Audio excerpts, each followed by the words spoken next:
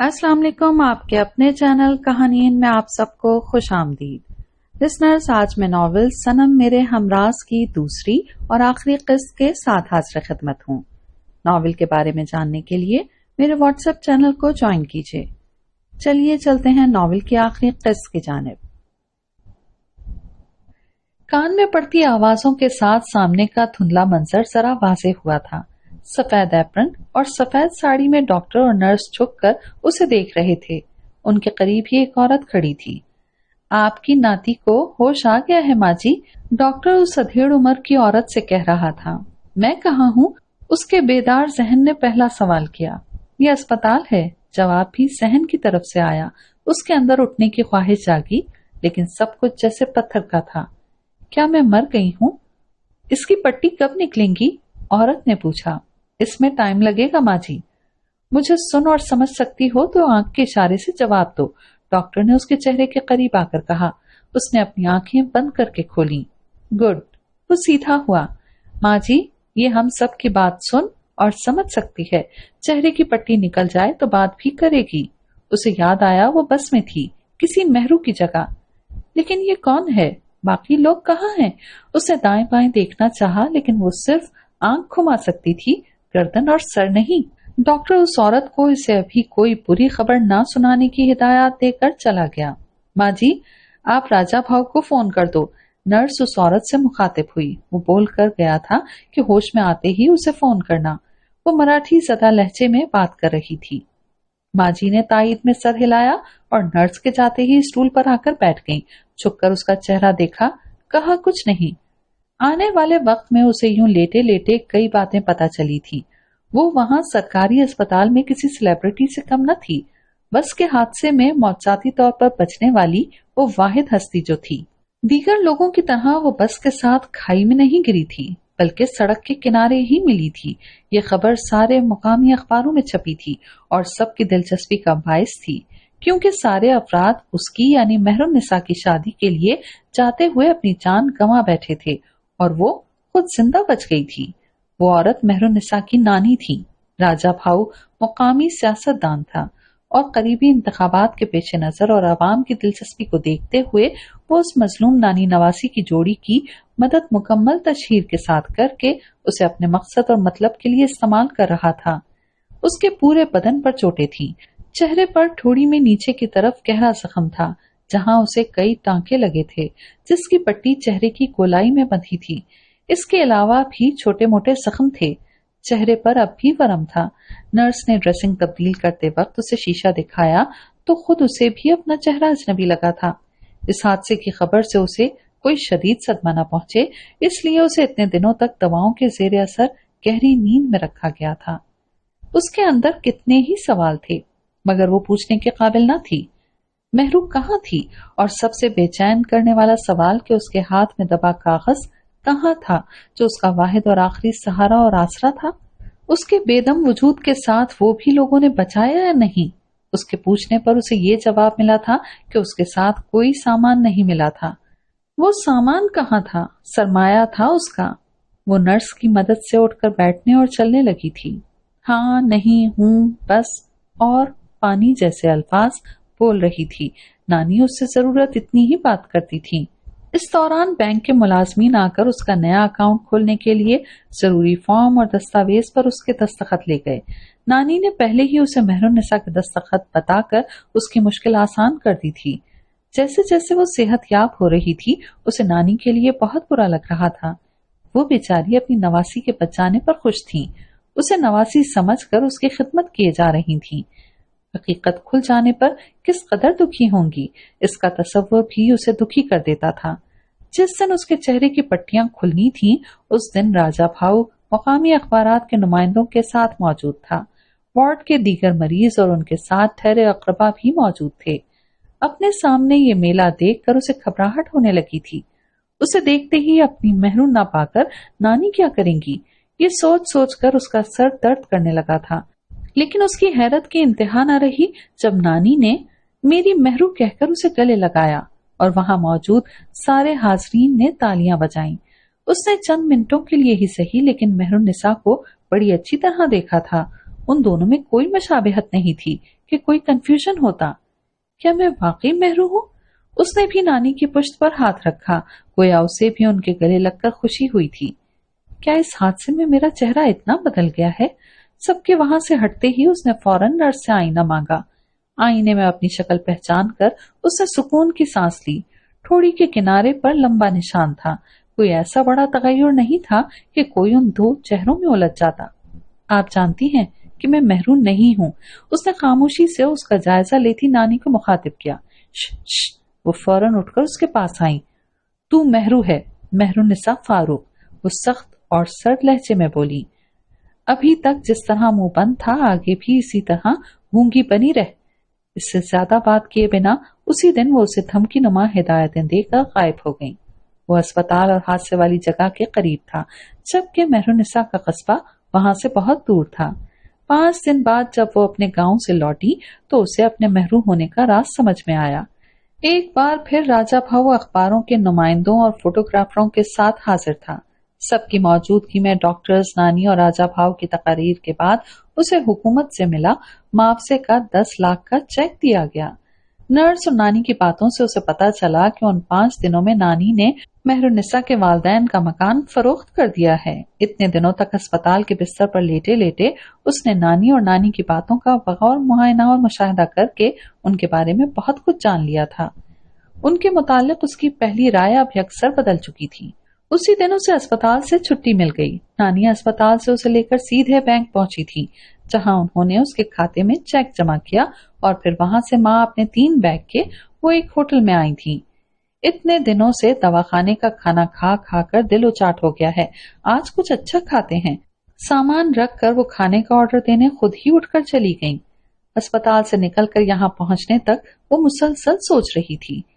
जिंदगी के बड़े बड़े सबक अक्सर हमें लम्हा भर में यूं असर हो जाते हैं, गोया हम सालों से उन्हें रटते आ रहे हैं। ऐसा ही एक सबक उसने भी अभी सीखा था और पहली बार अखलाक व मुरव्वत भूलकर उसने अपनी बका को चुना था। नानी वापस आकर अपने नए नए पर्स में कुछ तलाश करने लगी। कम से कम यही पूछ लें कि मेहरुन्निसा कहाँ है। जरा देर उन्हें देखने के बाद उसने कहा। उसने अपना लहजा खुरदुरा करना चाहा था, लेकिन नाकाम रही थी।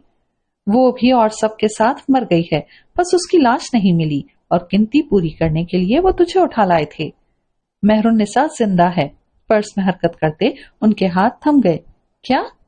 मेहरुन्निसा बस में नहीं थी? उनके चेहरे पर उलझन नमूदार हुई। पर्स एक तरफ रखकर वो टेबल पर हाथ रखकर आगे हुई। और ये तुझे कैसे पता? पहले आप बताएं, क्या आप उसकी सगी नानी है? उसका अंदाज ऐसा हतमी था कि वो खुद भी हैरान रह गई। मैं उसकी दादी की फूफीजात बहन हूँ। आप बस में सबके साथ क्यों नहीं थी? पीछे घर की रखवाली, सफाई और उनकी वापसी के लिए तैयारियां कर रही थी। वो तलखी और रुखाई से गोया हुई।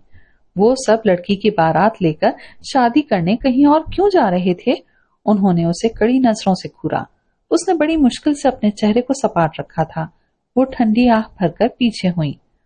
उस कमबख्त का गांव के गैर मुस्लिम लड़के से मुआशका चल रहा था, जिसके न माँ बाप का पता था न उसका कोई ठिकाना। घर वालों के समझाने बुझाने और सख्ती करने का उस पर कोई असर नहीं था, बल्कि बात खुल जाने पर वो और भी बेबाक और बेपरवाह हो गई थी। सब पीर साहब के पास भागे, जिन्हें वो सब बड़ा मानते थे। उनके मशवरे पर उसे घर में कैद करके रखा गया। फिर पीर साहब ने उसके लिए लड़का देखकर निकाह का हुक्म दिया। घर वालों का ख्याल था कि पीर साहब के आस्थाने पर उनकी मौजूदगी और उनकी दुआओं के असर से वो उस लड़के को भूलकर नई शादी को निभा लेगी।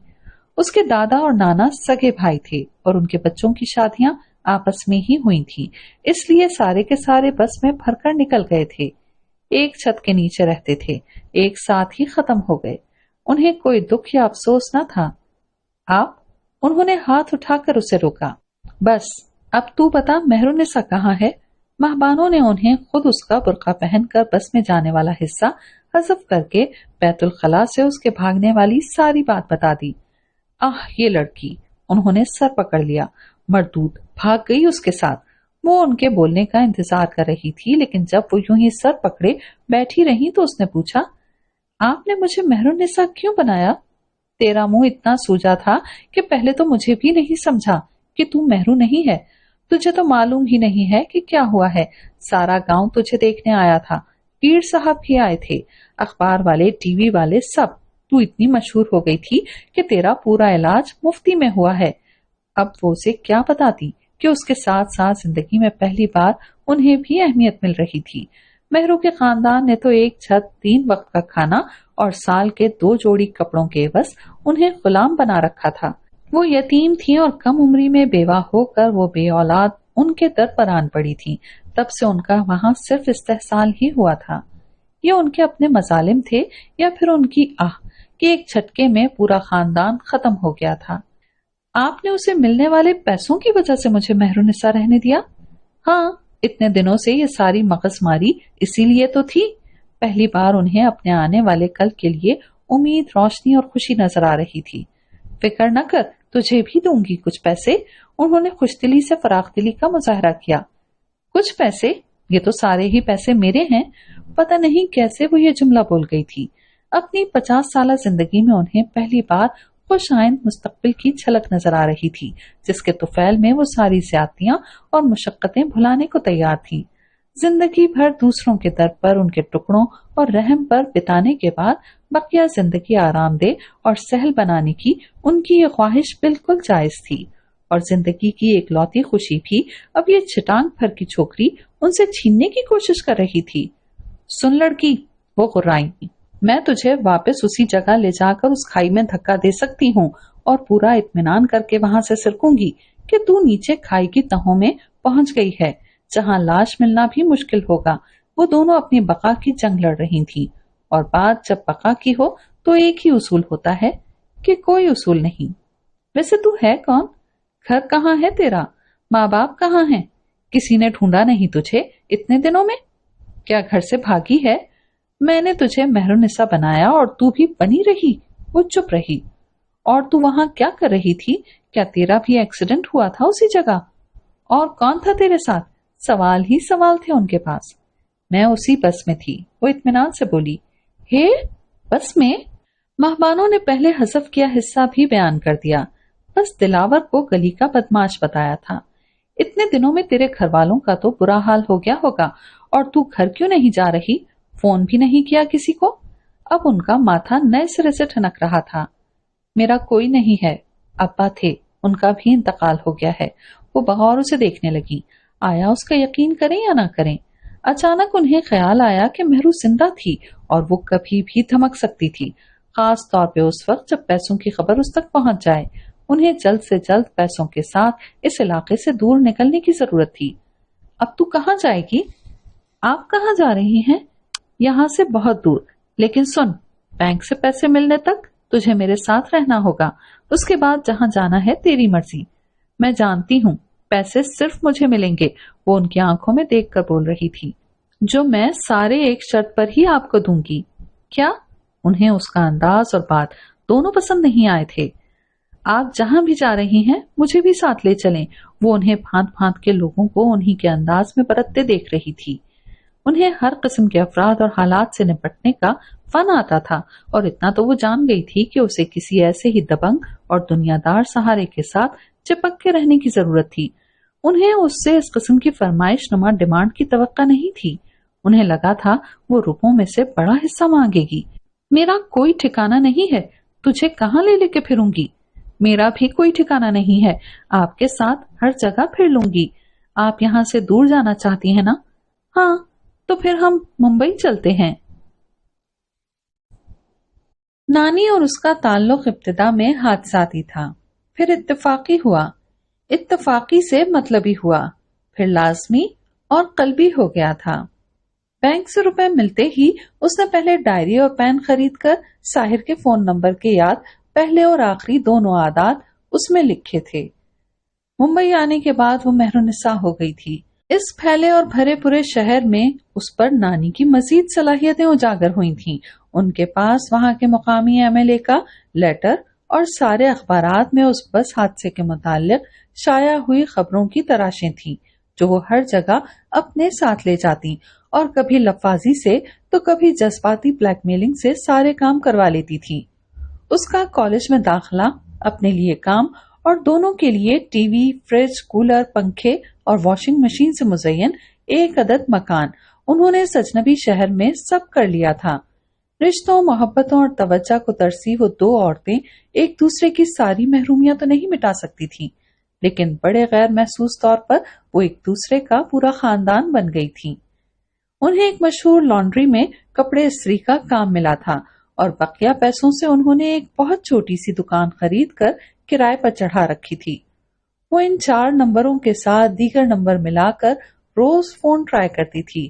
اسے کامیابی نہیں ملی تھی، لیکن اس نے ہار نہیں مانی تھی۔ وہ راہ چلتے چہروں کے سیلاب میں وہ مانوس چہرہ ڈھونڈتی رہتی۔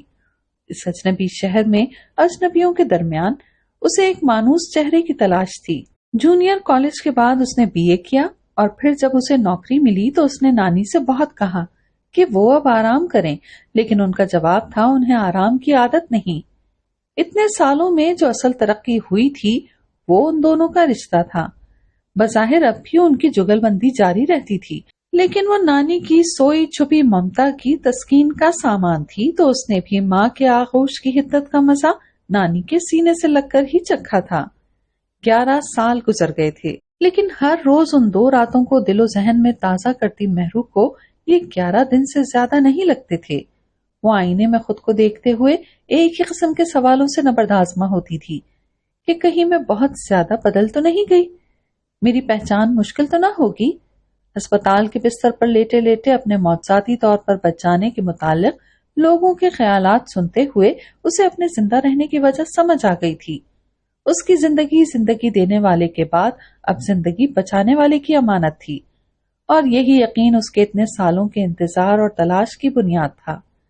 کڑے اور نامساعد حالات میں اکثر ہماری سب سے قابل صلاحیت ابھر کر آتی ہے، اور ان گزرے سالوں میں اس کی جو خوبی ابھری تھی وہ اس کی رجائیت پسندی تھی۔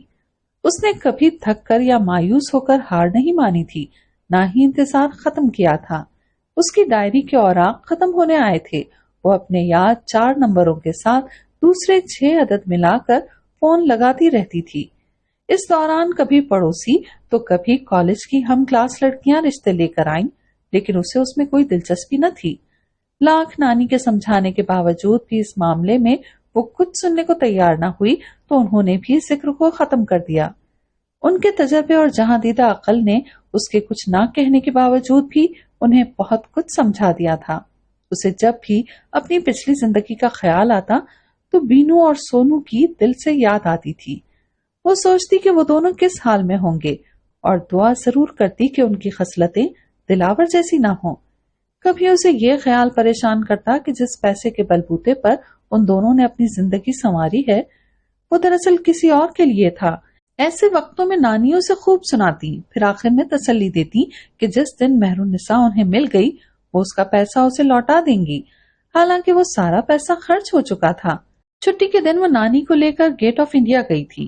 رات میں واپسی کے وقت ٹریفک کی وجہ سے بس سڑک پر رکی تھی، اور یوں ہی کھڑکی سے باہر دیکھتے ہوئے اس کی 11 سالوں کی تلاش ختم ہو گئی۔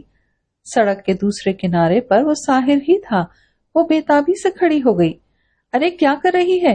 اسے تیزی سے دروازے کی طرف جاتے دیکھ نانی نے حیرانگی سے پوچھا۔ آپ گھر جائیں، میں آتی ہوں، وہ پلٹ کر بولی اور سڑک پر اتر گئی۔ بھیا ذرا رکنا، انہوں نے اپنی نشست سے اٹھتے ہوئے کنڈکٹر کو اشارہ کیا۔ مجھے بھی یہیں اترنے دو، وہ بھی اس کے پیچھے بس سے باہر نکلی۔ مجھے چھوڑ کر تجھے کہاں جانا ہے؟ اس کے انگ انگ سے چھلکتی اجلت دیکھ کر انہوں نے پوچھا۔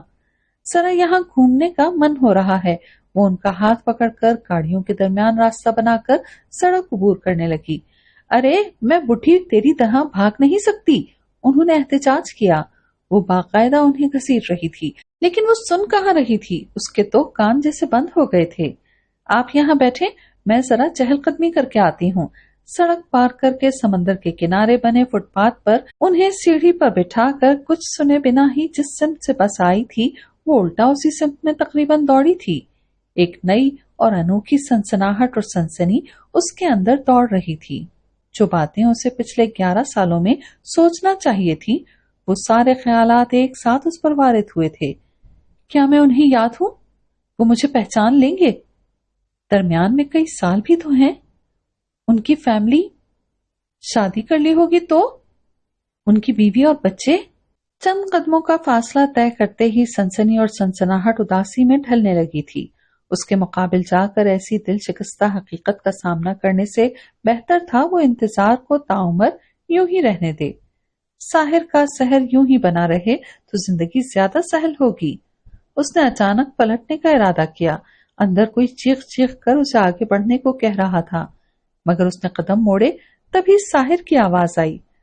तुम्हें रात में इतना लेट यूं तन्हा नहीं घूमना चाहिए। वो झट पलटी थी। वो उसी से मुखातिब था, लेकिन उसने उसका नाम नहीं लिया था। उसने बेकाबू होते दिल के साथ तस्दीक चाही। आप मुझे जानते हैं? साहिर कुछ कहता उससे पहले ही गेंद उसके सर पर आ लगी थी। वो कराह कर बैठ गई। साहिर बच्चों को डांट रहा था और वो उसके अगले जुमले की मुंतजिर थी। उसके लिए सब कुछ ठहरा था, उसकी सांसें, उसका दिल और वक्त, सब कुछ। साहिर ने बिना कुछ कहे नीचे बैठकर उसकी कनपटी पर रुमाल रखा तो उसने दिल में उससे सवाल किया था, मुझे पहचाना नहीं? उसके चेहरे पर मचलते सवाल का गलत मतलब समझकर साहिर ने वजाहत की थी कि उसने रुमाल इसलिए रखा है क्योंकि खून बह रहा है। तभी नानी उसे पुकारती हुई आई थी, मेहरुन्निसा। उसने साहिर को देखा। उसे हैरान होना चाहिए था क्योंकि वो तो माहबानो थी, लेकिन वो फिक्रमंद था, उसके जख्म की तरफ मुतवज्जा था। 11 सालों में पहली बार उसने अपने दिल में एतराफ किया कि उसे भूल जाना मुमकिन था। उसका दिल बैठने लगा तो वो घबरा कर खड़ी हुई। उसे चक्कर आया और उसने नानी को थामा था। तुम प्लीज बैठ जाओ। वो अब भी 11 साल पहले जैसा ही रहमदिल और हमदर्द था, अजनबियों पर मेहरबानी करने वाला, उनके लिए फिक्रमंद और मुखलिस। नानी उस पर बिगड़ने लगी तो इस नए इंकिशाफ पर कि वो खास नहीं, वो थकी थकी सी सीढ़ी पर बैठते हुए बोली थी, कोई नहीं नानी, वो सिर्फ मदद कर रहे हैं। वो उन्हें लेकर अस्पताल गया था। वो जल्द से जल्द घर पहुंचकर बहुत सारा रोना चाहती थी। उस वक्त साहिर का वही दोस्ताना अंदाज और मददगार रवैया उसे रंजीदा से रंजीदा तर किए जा रहा था। पिछले 11 सालों में उसने अपनी जो दुनिया बसाई थी उसमें वो किसी के लिए इतनी अहम और खास थी कि उस पर नजर पड़ते ही उसने पुकारना था, माँ बानो। लेकिन हकीकी दुनिया मुख्तलिफ थी। चंद लम्हों में ही उसका ये यकीन और उसके साथ उसका वजूद भी बेवकत हो गए थे। पहली बार साहिर और उसकी कार को देखकर उसे ख्याल आया कि वो तो आसमानों से था और वो खुद जमीन की बासी। आसमान वाले इतनी दूर भटक कर कभी जमीन पर आ भी जाए तो उनके लिए यहाँ याद रखने और फरामोश न करने जैसा कुछ न था। उसे घर छोड़कर उसके बाहर जाते ही उसका सब्र भी दम तोड़ गया था। अरे रे, अब तुझे क्या हुआ? दर्द ज्यादा हो रहा है? उसके यूं रोने पर नानी उसकी जानिब लपकी। वो दोनों हाथों से पलंग के किनारे मजबूती से थामे सारों कतार रो रही थी। मैं साहिर को बुलाती हूँ। उसकी खामोशी और आंसुओं की बढ़ती रवानी पर नानी पलटी। नहीं नानी, उसने उनका हाथ पकड़कर रोका। उसका यूं बस से उतरना, वही साहिर का मिलना और उस पर उसका ये गैर मामूली रवैया। नानी का माथा ठनका। तू उसे पहले से जानती है? नानी को छोड़कर उसने दोनों हाथों में चेहरा छुपा लिया। मेहरू, सच्ची सच्ची बता। उन्होंने उसे शानों से पकड़कर हिलाया तो वो उनसे लिपटकर और तेजी से रोने लगी। मेरा जी घबरा रहा है मेहरू, तू ऐसे कभी नहीं रोई। तू जिसे फोन लगाती रहती है, क्या ये वही है? उन दोनों का 7 सालों का था। वो अब भी कुछ न बोली। नानी ने उसे रोने दिया। जब वो थक गई तो उन्होंने उसे खुद से अलग किया। बताएगी कुछ मुझे? उनकी आवाज में नरमी थी। उन्हें मैं याद नहीं नानी। उसने अपना चेहरा साफ किया। तो तू याद दिला दे। नहीं नानी। आंसू बहाने के बाद वो पुरसुकून और एक नए ख्याल के तहत मुतमईन थी। रोते हुए उसकी सोच एक नई सिमत पा गई थी। यही मुनासिब है कि मैं उन्हें याद न आऊं। जिन हालात में मैं साहिर से मिली थी और जितना उनके इल्म में है वो तो फिर भी ठीक है, लेकिन उसके बाद के हालात और वाकयात बेहतर है उनसे राज ही रहें। हम दोनों ही मुजरिम हैं नानी। मैं किसी और की शनाख्त अपना कर उसके नाम की रकम खर्च कर चुकी हूँ। महबानो धोखेबाज और फरेबी है और अब वो उन्हें कभी ना याद आए, यही ठीक है। मैं अब सारी दुनिया के साथ साथ उनके लिए भी मेहरुन्निसा ही हूँ।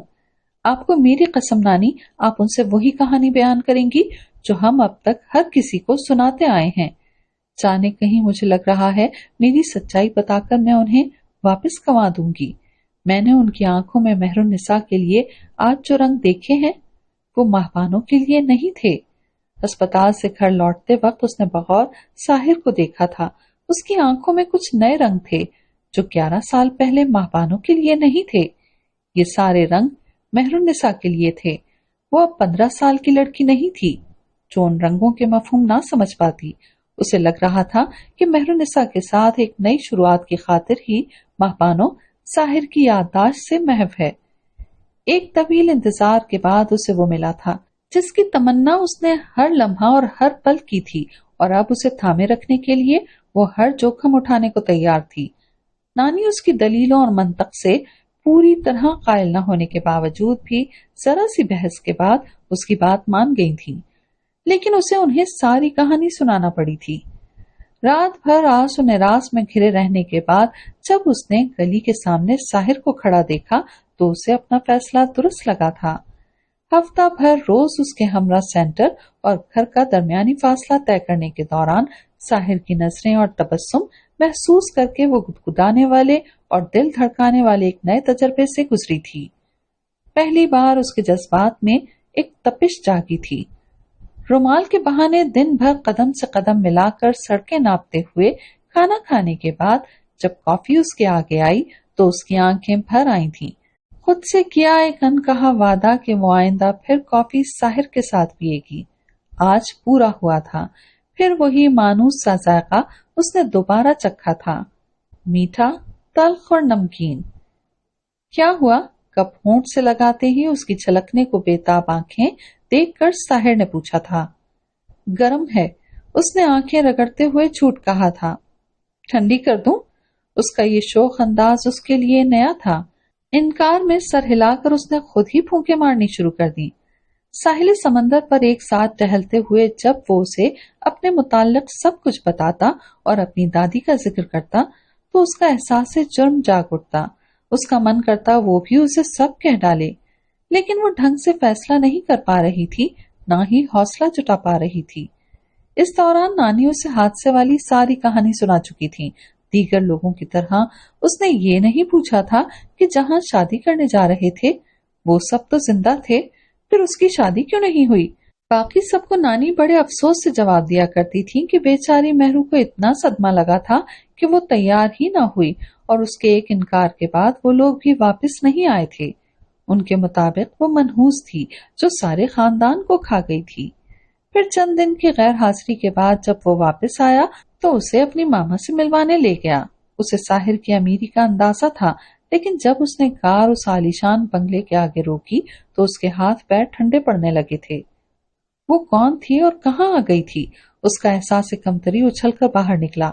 उसके कान में सरगोशी किए जा रहा था कि इस दर के उस पार से उसे साहिर की जिंदगी में रहने की इजाजत नहीं मिलेगी। लेकिन जब उसके सवाल के जवाब में घुमाए फिराए बिना साहिर ने मजबूत और फैसलाकुन लहजे में उसे वहां लाने का मकसद बयान किया तो ताजा ताजा बाहर निकला एहसास कमतरी झुंझलाकर गायब हो गया था। और जब साहिर ने उसका खदशा रद्द करके सिर्फ उसकी मर्जी को अहमियत दी तो उसकी इस्तकामत, यकीन और साबित कदमी पर उसने भी उसी पल तय किया कि वो साहिर से मजीद झूठ नहीं कहेगी। लेकिन उसका ये इरादा अमल में तब्दील न हो सका। उसकी हसीन और जमील, नफीस और पुरवकार सी मामा पुरिश्तियाक उन दोनों की मुंतजिर थीं। साहिर ने आने की पेशगी इत्तला माँ उसके तारुफ के दे रखी थी। उनकी बताई और तजवीज करदा लड़कियों को रद्द करके वो खुद किसी को मुंतखब करके उनसे मिलवाने ला रहा था। तजस्सुस लाजमी था, लेकिन उसे सामने देखने के बाद उन्हें उस आम सी लड़की के इंतखाब की वजह समझ नहीं आई थी। बड़े गौर के बाद भी उन्हें उसमें एक ही खूबी नजर आई थी कि वो आम सी होने के बावजूद पुरकशिश थी। उसने सुन रखा था, लेकिन फिर भी माँ बेटे के बीच का रस्मी अंदाज उसे अजीब लग रहा था। अपनी माँ से ज्यादा लगावट और बेतकल्लुफी से तो वो नानी से बात करता था। मामा से बात करते हुए उसके अंदाज में तकरीम और तकल्लुफ था। वो उनसे फासलों पर था, लेकिन उन्हें माँ का दर्जा और इज्जत देता था। उसके साथ रहते हुए उसने जाना था कि उस सर्द से ताल्लुक के बावजूद उसे अपने वालिदैन से मोहब्बत थी, उसे उनकी परवाह थी। और यही बात मामा ने उससे पहली मुलाकात में कही थी, जब फोन आने पर वो उन दोनों से माजरत करता हुआ कमरे के बाहर गया था। साहिर के पापा और मैं इसके मामलात में मदाखलत नहीं करते हैं, लेकिन वो हमारी इकलौती औलाद है। वो भले ही हमारे साथ नहीं रहता, लेकिन हमारी परवाह करता है। वो इस तमहीद का मतलब समझने की कोशिश करने लगी। साहिर से जुड़ा कोई स्कैंडल हो तो उसके असरात साहिर से ज्यादा हमें मुतासिर करेंगे, और साहिर ये कभी नहीं चाहेगा कि शहर भर में उसके वालिदैन की बदनामी हो, उनका नाम उछले। इसलिए ऐसी कोई बात है जो बाद में परेशानी खड़ी कर सकती हो तो अभी बता दो। और उसका जरा देर पहले बंधा इरादा वहीं ढह गया था। वो अपने हाथों से अपनी आखिरी कश्ती कैसे जला देती? ऐसी तो कोई बात नहीं है। उसने थूक निगलकर खुश्क होते हलक को तर किया था। एक हादसे में मेरी सारी फैमिली जाँ बहक हो गई थी। अब मेरे और नानी के अलावा कोई नहीं है। उसने आखिरी बार फैसला कुन अंदाज में खुद को भी पावर करवाया था कि अब हमेशा के लिए यही उसकी सच्चाई है। पहले दिन और पहली मुलाकात में ही नफीसा अली के तमतराक से वो ऐसी मरूब हुई थी कि उसका असर साइल ही नहीं होता था। वो बड़ी शिस्ता लहजे में और नरमी से बात करती थी, लेकिन उसका एतमाद उनके सामने दुम दबाकर गायब हो जाता था। उसके बाद साहिर उसे पापा से मिलवाने ले गया था। मामा के बरक्स वो गर्मजोशी से मिले थे। उनकी तरह उन्होंने उसका इंटरव्यू भी नहीं लिया था। उनका अंदाज दोस्ताना और मुशफकाना था। वो शादी का सुनकर बहुत खुश हुए थे। शादी के बाद उसका ताल्लुक उनसे और गहरा हो गया था। वो तन्हा भी उनसे मिलने चली जाती थी। वो भी उसे फोन करते रहते। उनसे उसे वो पितराना शफकत मिल रही थी जो उसे अपने बाबा से नहीं मिली थी। उन तीनों के बीच तलखियां नहीं थी, बस फासले थे और गर्मजोशी का फकदान था। पारसी बेकरी में ठहर कर बिना किसी होनी के घर पहुंचने के बाद उसकी फिक्र कुछ कम हुई थी। मजीद कुछ दिन गुजरने के बाद वो पूरी तरह मुतमईन हो गई।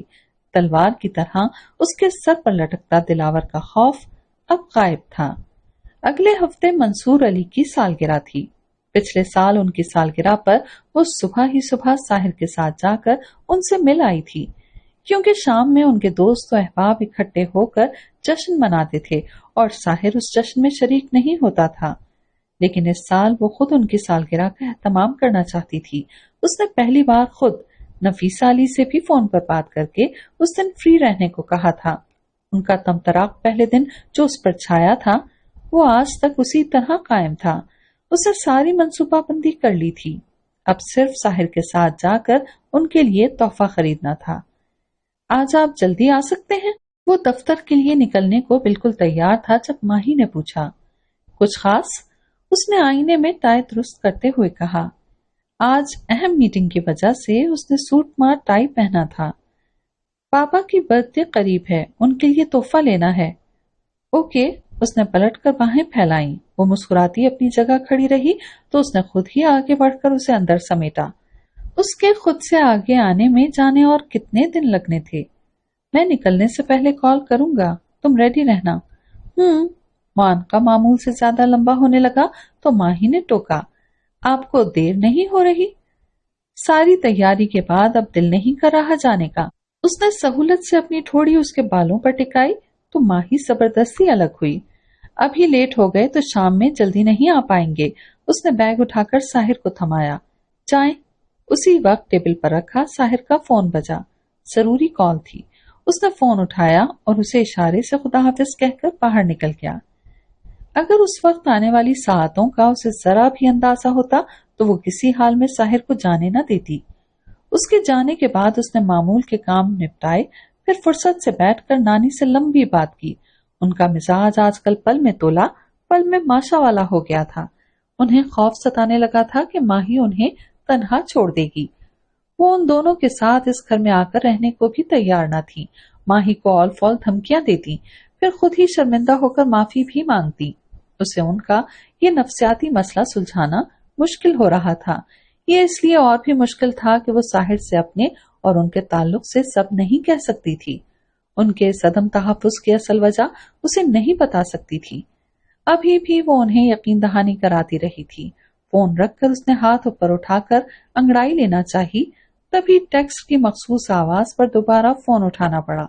किसी अनजान नंबर से कुछ तस्वीरें आई थीं।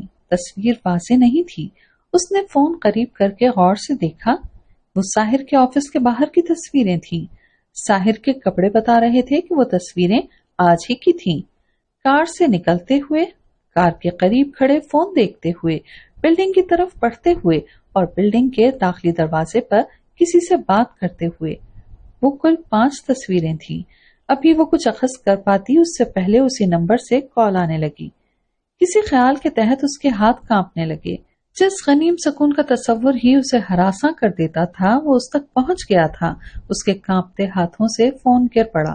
اس کی فون اٹھانے کی ہمت نہ ہوئی، یہاں تک کہ رنگ بند ہو گئی. اس نے خاموش فون اٹھایا ہی تھا کہ دوبارہ رنگ ہونے لگی. ساحر کی تصویریں یاد کر کے اس نے فون اٹھایا. ہیلو، دیکھ لیے فوٹو؟ دوسری طرف سے دلاور کی آواز ابھری. اس نے پھسلتے فون کو مضبوطی سے تھاما. تمہیں میرا نمبر کہاں سے ملا؟ مچلتے سوالوں کے درمیان اس کی زبان سے یہ فضول سا سوال نکلا تھا. جب تجھے ڈھونڈ لیا تو تیرا نمبر، تیرا پتہ، تیرا آدمی اور اس کا خاندان ڈھونڈنا کون سا مشکل کام ہے؟ وہ اسے حاصل کرنے کے قریب تھا اور اس نے بہت آگے کی منصوبہ بندی کر لی تھی. اسے ایک چانٹے کا حساب بھی لینا تھا اور یہ خوشائند تصور اس کی آواز سے جھلک رہا تھا. کیا چاہتے ہو تم؟ اس نے خود کو مضبوط ظاہر کرتے ہوئے سختی سے پوچھا، لیکن آواز کی لرزش پر قابو نہ رکھ سکی. پوچھتی کیا ہے؟ تجھے بھی اچھی طرح معلوم ہے میری چاہت کیا ہے. میں اب وہ تنہا اور کمزور بانو نہیں ہوں. اس کا فقرہ مکمل ہونے سے پہلے ہی ہنسنے لگا. تو اب پہلے سے بھی زیادہ کمزور ہے بانو. وہ ذلیل ہی نہیں، ذہین بھی تھا. یا پھر مہر النساء کہوں تجھے؟ ماہی کی ٹانگیں بے جان ہو گئیں. وہ لڑکھڑا کر صوفے پر بیٹھ گئی. سوچ رہا ہوں اصلی مہر النساء کی فوٹو پہلے کسے دکھاؤں؟ منصور علی خان کو، نفیسہ علی خان کو، یا ساحر علی خان کو؟ وہ رونے لگی تھی. تو تم جھوٹ بول رہے ہو، کوئی تصویر نہیں ہے تمہارے پاس. مجھے چیلنج مت کر بانو. اس کی سرد آواز نے اس کی ریڑھ کی ہڈی میں مانوس سی سنسناہٹ دوڑا دی تھی. تصویر کیا، میں اصلی مہر النساء کو بھی ساری دنیا کے سامنے کھڑا کر سکتا ہوں. وہ ایک بار پھر اسی دوراہے پر کھڑی تھی جب اس نے اسے مار دے یا بھاگ جا میں سے کسی ایک کا انتخاب کرنے کو کہا تھا. اس وقت اس کے پاس موقع کی صورت میں دسترس میں پڑی وہ پرانی استری اور مٹھی میں دبے فون نمبر کی صورت میں امید تھی. لیکن آج ہر صورت میں خسارہ ہی خسارہ تھا. کیا غلط فہمی ہے دنیا کی کہ تنہا انسان کمزور ہوتا ہے؟ اس لمحے اسے تو اپنے عزیزوں کی محبت نے کمزور کیا تھا. تم مجھ سے کیا چاہتے ہو؟ اس نے خود کو یکجا کر کے پوچھا. یہ مہر النساء کا چولا اتار اور بانو بن کر چل میرے ساتھ. یہ جھوٹی اور دھوکے والی زندگی تو ایک دن کھل ہی جانی ہے. ویسے میں ابھی وہیں کھڑا ہوں جہاں سے تجھے فوٹو بھیجے ہیں. اس کا اشارہ ساحر کے آفس کی طرف تھا. مجھے سوچنے کے لیے کچھ وقت دو. 12 سال اور کتنا وقت ہونا تجھے؟ اور سوچنا کیا ہے؟ میرے ساتھ چل یا انکار کر. اس کے بعد جو بھی کرنا ہے مجھے کرنا ہے. وہ خود پر قابو نہ رکھ سکی اور رونے لگی. اس کے رونے کا اثر تھا یا کوئی اور منصوبہ بندی کہ ادھر سے دلاور نے کہا، میں 1 گھنٹے بعد فون کرتا ہوں، سوچ لے کیا کرنا ہے. ناقابل یقین سی بات تھی، لیکن دلاور نے فون بند کر دیا. اس نے فون صوفے پر پھینکا اور آنسو پونچھ کر گہری گہری سانسیں لے کر خود کو پرسکون کرنا چاہا. بے لگام ہوتی سوچوں کی تنابیں کھینچ کر وہ اٹھ کر ٹہلنے لگی. تبھی فون کے مخصوص اشارے پر وہ بے قراری سے فون پر چپٹی تھی. فون کھولتے ہی اس کی آنکھیں پھٹی رہ گئیں. اسے ذرا دیر کے لیے ہی اسے دیکھا تھا، پھر بھی تصویر میں مہر النساء کو پہچاننا مشکل نہ تھا. وہ کیمرے سے کھینچی پرانی تصویر کی موبائل فون سے لی ہوئی تصویر تھی. سال بھر کے ساحر کے ساتھ نے اس کے پیروں تلے ہموار زمین اور سر پر تحفظ بھرا آسمان پھیلایا تھا، جس نے اس کی شخصیت کو وہ وزن عطا کیا تھا کہ اب وہ مضبوط قوت ارادی کی مالک تھی. اسے اتنا تو کامل یقین تھا کہ چاہے کچھ بھی ہو جائے ساحر کی محبت آخری سانسوں تک اسی کے لیے ہے، اور اس یقین کے بعد باقی سارے مسائل ثانوی ہو جاتے ہیں. اپنے خیالات سارٹ آؤٹ کرتے ہوئے حیرت انگیز طور پر اس کی بے چینی کم ہوتی جا رہی تھی. انسانی ذہن کی قلع بازیاں یوں ہی غیر متوقع، حیران کن اور متضاد سمت میں ہوتی ہیں. ایک بار کسی خیال پر اس کی گرفت بیٹھ جائے تو پھر انسانی جسم کے نظام کو اس کے زیر اثر آتے دیر نہیں لگتی. سال بھر پہلے ایک منفی خیال اس کے ذہن سے ایسا چپکا تھا کہ اس کا دل بھی مہبانوں کو دفن کرنے کے لیے تیار ہو گیا تھا، اور آج کسی دوسرے خیال کے تحت وہی دل فوراً سے بیشتر ساحر کے روبرو مہبانوں کو پیش کرنے کے لیے مچل رہا تھا۔ 1 گھنٹہ، دلاور نے اسے 1 گھنٹے کا وقت دیا تھا۔ اس نے دیوار پر گھڑی میں وقت دیکھا اور یوں ہی ہاتھ پھیر کر بال درست کیے، اپنا فون اٹھا کر ہینڈ بیگ میں ڈالا اور باہر نکل گئی۔ دلاور کہیں پہنچے اس سے پہلے اسے جلد سے جلد ساحر تک پہنچ کر اسے سب کچھ بتانا تھا۔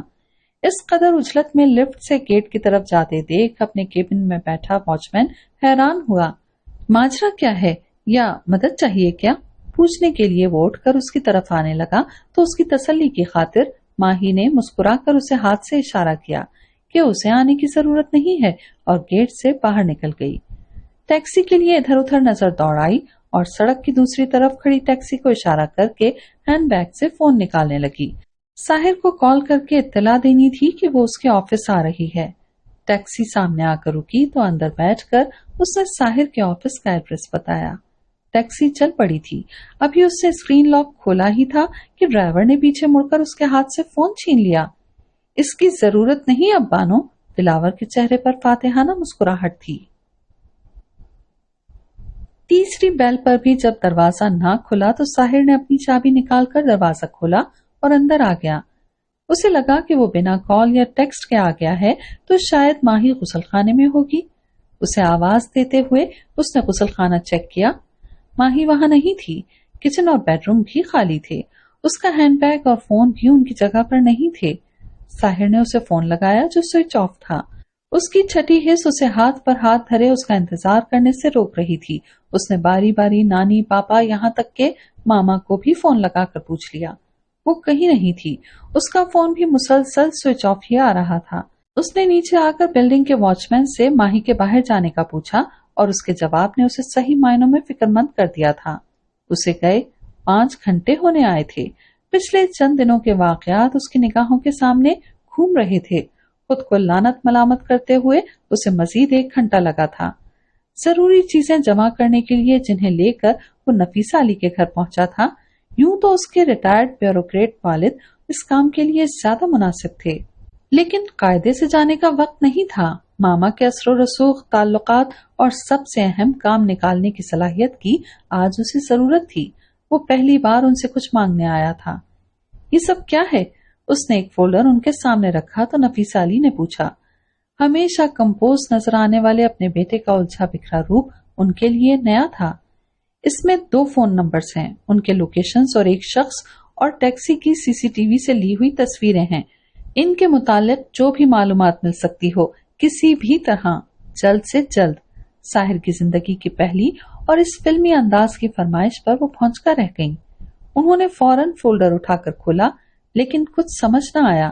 ابھی کچھ پوچھنے کے لیے منہ کھولا ہی تھا کہ ساحر بولا، کچھ نہ پوچھے ماما، میرے بتانے اور آپ کے پوچھنے سے وقت ضائع ہوگا۔ پلیز کوشش کریں کہ جلد سے جلد مجھے یہ ساری انفارمیشن مل جائیں، ہو سکے تو چند گھنٹوں میں۔ انہیں معاملے کی سنگینی کی بو تو آ رہی تھی، لیکن معاملہ کیا تھا سمجھ نہیں آ رہا تھا۔ کچھ تو بتاؤ بیٹا، انہوں نے اپنا فون اٹھا کر کانٹیکٹس میں کام کے لائق نمبر تلاش کرتے ہوئے کہا۔ ماہی صبح 10-11 بجے کی گھر سے نکلی، ابھی تک گھر نہیں لوٹی ہے۔ اس کا فون بھی سوئچ آف آ رہا ہے۔ میں آپ سے کچھ نہیں چھپاؤں گا، لیکن ابھی پہلے آپ کال کریں۔ انہوں نے گھڑی میں وقت دیکھا، 5 بج رہے تھے۔ وہ کال لگاتے ہوئے باہر چلی گئیں۔ مہرالنساء، انہوں نے دل میں کہا۔ اس کا انداز انہیں روز اول سے ہی پرتشکیک لگا تھا۔ انہیں اس کی طرف سے ہمیشہ کسی انہونی کا شبہ رہتا تھا، اور آج وہ سچ ہو ہی گیا تھا۔ ساحر وہاں رکا نہیں تھا۔ بے لگام وہموں اور اندیشوں سے لڑتے ہوئے وہ شہر کا کونا کونا چپا چپا کھنگال رہا تھا۔ اس کی ساری امیدیں ماما کے فون سے تھیں۔ آخر میں وہ مالک حقیقی کے آگے سر بسجود ہو گیا، جو خیر بھی تھا اور وکیل بھی تھا، جو مجیب بھی تھا اور رقیب بھی تھا۔ ہر سراغ اور سرا اس کے کن کے بعد ہی ملنا تھا۔ وہ گڑگڑاتا رہا اور مانگتا رہا۔ رات 11 بجے کے قریب ماما کا فون آیا اور وہ ہوا کی رفتار سے وہاں پہنچا تھا۔ نفیسہ علی ساحر کے انتظار میں یا پھر پھٹ پڑنے کے لیے بے قراری سے ٹہل رہی تھی۔ ان کے سامنے کافی ٹیبل پر ساحر کے دیے فولڈر کے ساتھ ایک لفافہ رکھا تھا۔ اندر آتے ہی وہ سرت سے ٹیبل کی طرف بڑھا تھا۔ लेकिन उससे पहले ही उन्होंने लिफाफा उठा लिया। उसका बगौर मुआयना करते हुए वो परखना चाह रही थी कि साहिर किस हद तक बाखबर है या लाइल्मी में ही इस हाल को पहुंच गया है। कितना जानते हो तुम अपनी बीवी के मुतालिक? माही के लिए गुस्सा और साहिर के लिए तशवीश उनके लहजे से आया थी। साहिर को अंदाजा था कि कुछ सवालों से गुलू खुलासी अब मुमकिन नहीं। जितना जरूरी है उतना सब कुछ। उसका जवाब और कितने ही सवालों का मस्दर था। साहिर वो लिफाफा खुलते ही बिखरने वाले राजों से पहले उसे आगाह करने की कोशिश कर रही थी। बेटा, हम सभी इतने दिनों से। मामा, मेरे लिए फिलहाल माही के पास पहुंचने से ज्यादा अहम और जरूरी कुछ नहीं। उसने कता कलामी की थी। आप मुझे ये दे दें। उसने उनके हाथ में पकड़े लिफाफे की तरफ इशारा किया। अगर तुम जान लो कि इसमें क्या है तो कभी उस तक पहुंचने की कोशिश ना करो, वो झंझला कर बोली। मोहब्बत के बावजूद भी वो शौहर और बेटे से दूर थी, तो उसकी एक वजह उनमें सब्र और बर्दाश्त का फुकदान भी था। मामा प्लीज, साहिर ने लिफाफा लेने के लिए हाथ बढ़ाया। मैंने तुम्हारे मामलात में कभी कुछ नहीं कहा, लेकिन हकीकत जानने के बाद मैं अब खामोश नहीं रह सकती। वो और उसकी नानी दोनों फ्रॉड हैं। एक गहरी सांस लेकर साहिर आगे बढ़ा और उनके हाथ से लिफाफा लिया। तुम सुन भी रहे हो मैं क्या कह रही हूँ? वो तुम्हारी मोहब्बत, तवज्जो, फिक्र और साथ कुछ भी डिजर्व नहीं करती है। उनकी झंझलाहट और गुस्सा उरूज पर पहुंच गया था। फर्श पर पंजों के बल बैठकर उसने लिफाफा खोला और कागजात कॉफी टेबल पर फैलाए। हस्बे उम्मीद नफीसा अली का काम डिटेल्ड और डॉक्यूमेंटेड था। उसमें बस हादसे की तफसील के साथ असली मेहरुनिसा की तस्वीर भी थी। माही के फोन का आखिरी लोकेशन उसकी रिहाइश से जरा फासले का था। उसके घर से निकलने के चंद मिनट बाद से उसका फोन बंद था। दिलावर का आखिरी लोकेशन दोपहर 3 बजे का था। उसके बाद से उसका फोन भी बंद था। एक तीसरे नंबर की तफसील भी थी जो उसने मामा को नहीं दिया था। दिलावर और इस नए नंबर वाले शख्स के नाम पुलिस थानों में कई शिकायतें और मामला दर्ज थे। उस नए शख्स के पते के साथ ही उसके फोन का 40 मिनट पहले का लोकेशन भी मौजूद था। उसने तेजी से सारे कागजात वापस लिफाफे में डाले और खड़ा हो गया। साहिर, उन्होंने बेयकीनी से बेटे को देखा। तुम्हें ये सब जानकर कोई ताज्जुब नहीं हुआ? कौन है वो लड़की? कहाँ से आई है? उसके बारे में हम बोलते हुए वो ठिठक कर रुक गईं। ये सब तुम पहले से जानते हो? वो उसके करीब आई। अगर ऐसा है तो प्लीज समझाओ मुझे कि ये सब कुछ जानते हुए भी क्यों तुम उसके लिए दीवाने हो रहे हो? ना तो वो लाखों में एक हसीन है, ना उसमें दूसरी कोई ऐसी खूबी है जो मुकाबिल को चारों खाने चित कर दे। मामा, अपने खूबरू, काबिल और मुकम्मल शख्सियत के हामिल बेटे की सुर्ख आंखों में उतरती नमी देखने का उनका ये पहला इत्तेफाक था और इस तजुर्बे ने उन्हें कंग कर दिया। मुझे माही से मोहब्बत है। उसने हाथ में पकड़ा लिफाफा ऊपर किया। सच्चाई सिर्फ इतनी ही नहीं है। माही का नाम महबानो है और वो जो कहने जा रहा था उसे वो अपने साथ कब्र में ले जाना चाहता था। अपने इस कदम पर उसकी नदामत और शर्मिंदगी नफरत की हदों को छूती थी, लेकिन आज उसे जबान पर लाना जरूरी हो गया था। 12 साल पहले दादी की वफात के बाद जब आपके बेटे ने अपनी जिंदगी खत्म करनी चाही थी, तब इसी महबानों ने आपके बेटे की जिंदगी बचाई थी। उसका चेहरा भीगने लगा था। पहली बार नफीसा अली का बेटे की जताती नजरों से सामना हुआ था। उन्होंने उसे फैमिली, माहौल, अपनाइयत, तरबियत, तहफ्फुज़ कुछ नहीं दिया था जो उनका फर्ज और उसका हक था। उसने भी कभी इन सब का तस्करा और शिकवा नहीं किया था, लेकिन आज उम्र के 32वें साल में उसके चेहरे पर सारे शिकवे, महरूमियां और उनके कर्ब चीख रहे थे। उन पर अपने सारे कसूर एक साथ वारिद हुए थे। साहिर ने आसीन से अपना चेहरा रगड़ा और बाहर निकल गया।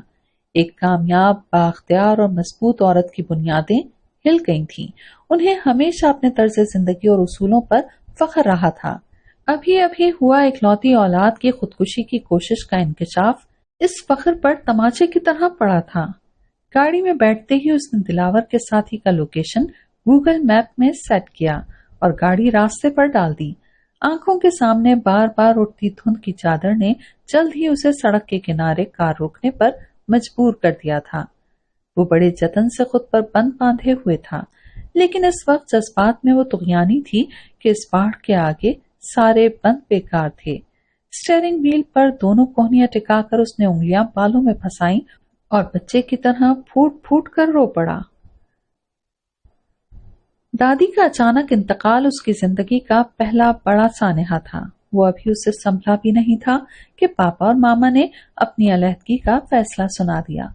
ہزاروں اختلافات کے ساتھ ان دونوں میں یکسانیت یہ تھی، دونوں کی زندگی میں کیریئر اور اپنی آزادی کو اولیت حاصل تھی، اور اسی یکسانیت نے انہیں بڑی تسہیل سے الگ ہو جانے میں مدد کی تھی۔ اس کے آزاد خیال والدین نے سارے اختیارات اسے دے کر خود ہی اپنی زندگی کا فیصلہ کرنے کو کہا تھا۔ قلیل وقت میں یہ دو بڑے حادثات اسے سنبھالے نہیں جا رہے تھے۔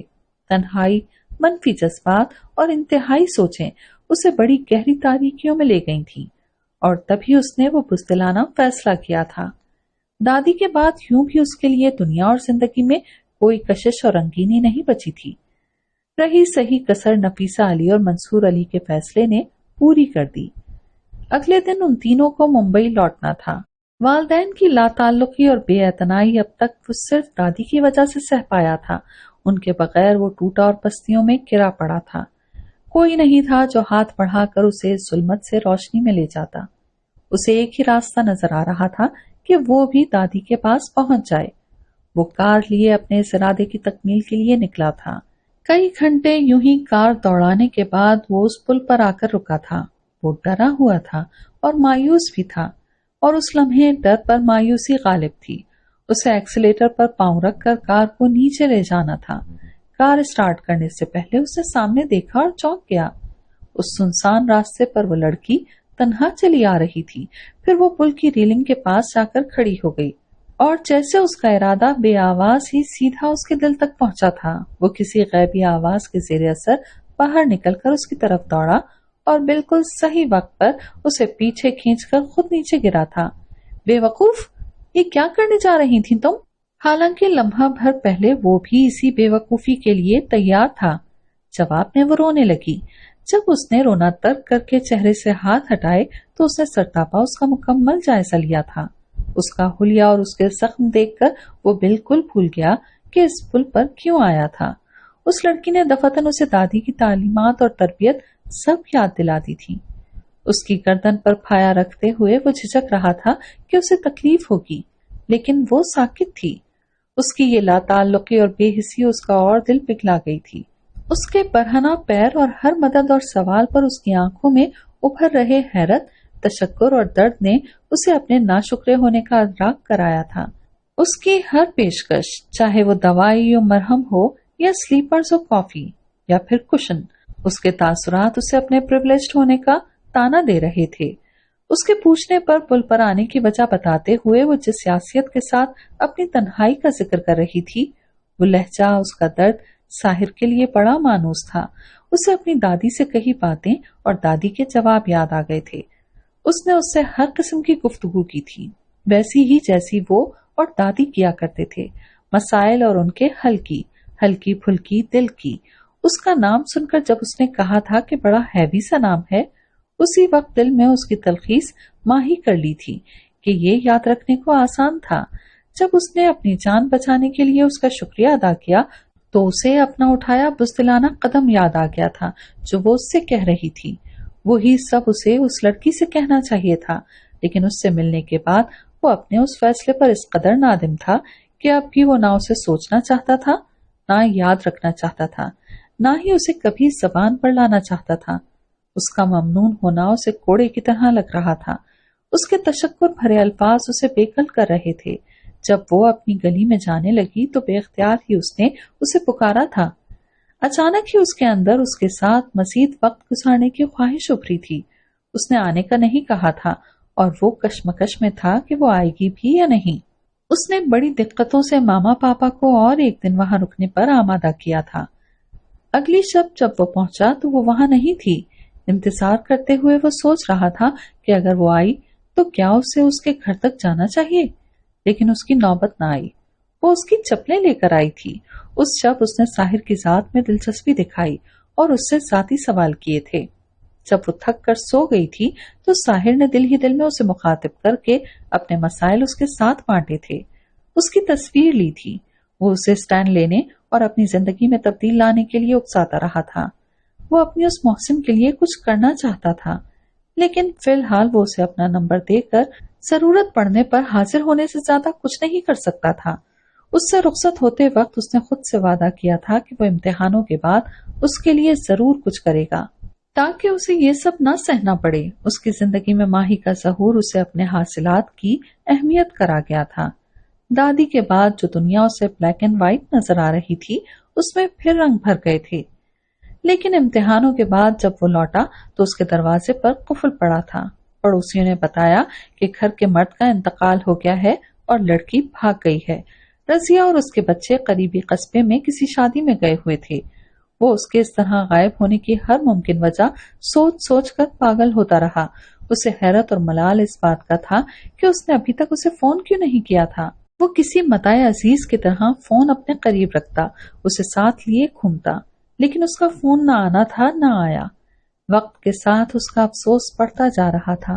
پھر اسے ایک ترکیب سوچی کہ اس کی تصویر پیغام کے ساتھ اخبار میں چھپوائیں، لیکن پھر یہ سوچ کر وہ عمل درآمد نہ کر سکا کہ کیا خبر وہ کہیں آرام دہ زندگی بسر کر رہی ہو اور اخبار میں چھپی تصویر اس کے لیے مشکل بن جائے۔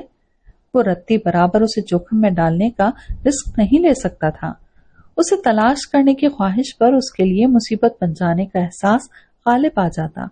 اس کے اپنے جذبات، ہمدردی، ممنونیت اور احسان مندی سے کب ترقی پا گئے اسے بھی پتہ نہیں چلا تھا۔ اس رات جس طرح پل پر سوتی ماہی سے اس نے دل ہی دل میں کئی باتیں کی تھیں، اس کے بعد بھی وہ سوئی ماہی کی تصویر سے دل میں اور دل کی باتیں کرتا رہا تھا۔ اس کے بخیر اور خوش ہونے کی دعا اس کا معمول ہو گئی تھی۔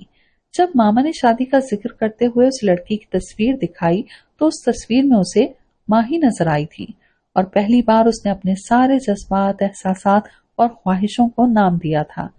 قبول کیا تھا کہ زندگی میں اس کی کمی ہے اور اسے اس کی چاہ ہے۔ ہر گزرتے دن کے ساتھ یہ چاہ زور آور ہوتی جا رہی تھی۔ وہ ایک بار پھر ماہی کے گھر کا چکر لگا آیا تھا۔ اس بار اسے بینو اور سونو ملے تھے۔ انہیں اپنی آپا یاد تھی، لیکن اسے ماہی اور ماہی کی کوئی خبر اب بھی نہیں ملی تھی۔ اس رات ماما کی طرف سے لوٹتے وقت وہ اسے بڑی شدت سے یاد آ رہی تھی، اور پہلی بار اس کے ذہن نے سرگوشی کی تھی کہ ہو سکتا ہے وہ اسے کبھی ملے ہی نہ۔ اس نئے ڈرانے والے امکان سے گھبرا کر وہ کار سے نکل کر مرین ڈرائیو پر ٹہلنے لگا تھا، اور جیسے تبھی اس کی تڑپ پر اوپر والے کو رحم آ گیا تھا کہ چھم سے وہ اس کے سامنے چلی آئی تھی۔ وہ سر جھکائے اس کی طرف آ رہی تھی۔ شانت ہوتے ہوئے اس نے دل میں ماما کو مخاطب کیا تھا کہ یہ ہے وہ لڑکی ماما جس سے مجھے شادی کرنی ہے۔ اسے پورا یقین تھا اس پر نظر پڑتے ہی وہ بھی اسے پہچان لے گی۔ وہ اچانک پلٹنے لگی تو اس نے بے قراری سے آگے بڑھ کر اسے مخاطب کیا تھا، تمہیں رات میں اتنا لیٹ یوں تنہا نہیں گھومنا چاہیے۔ اس کا رد عمل اس کی توقع کے برعکس تھا۔ اس کے جواب میں وہ اسے کہتا، پہچانا نہیں، میں ساحر۔ اس سے پہلے ہی اسے گیند آ کر لگی۔ چوٹ شدید تھی۔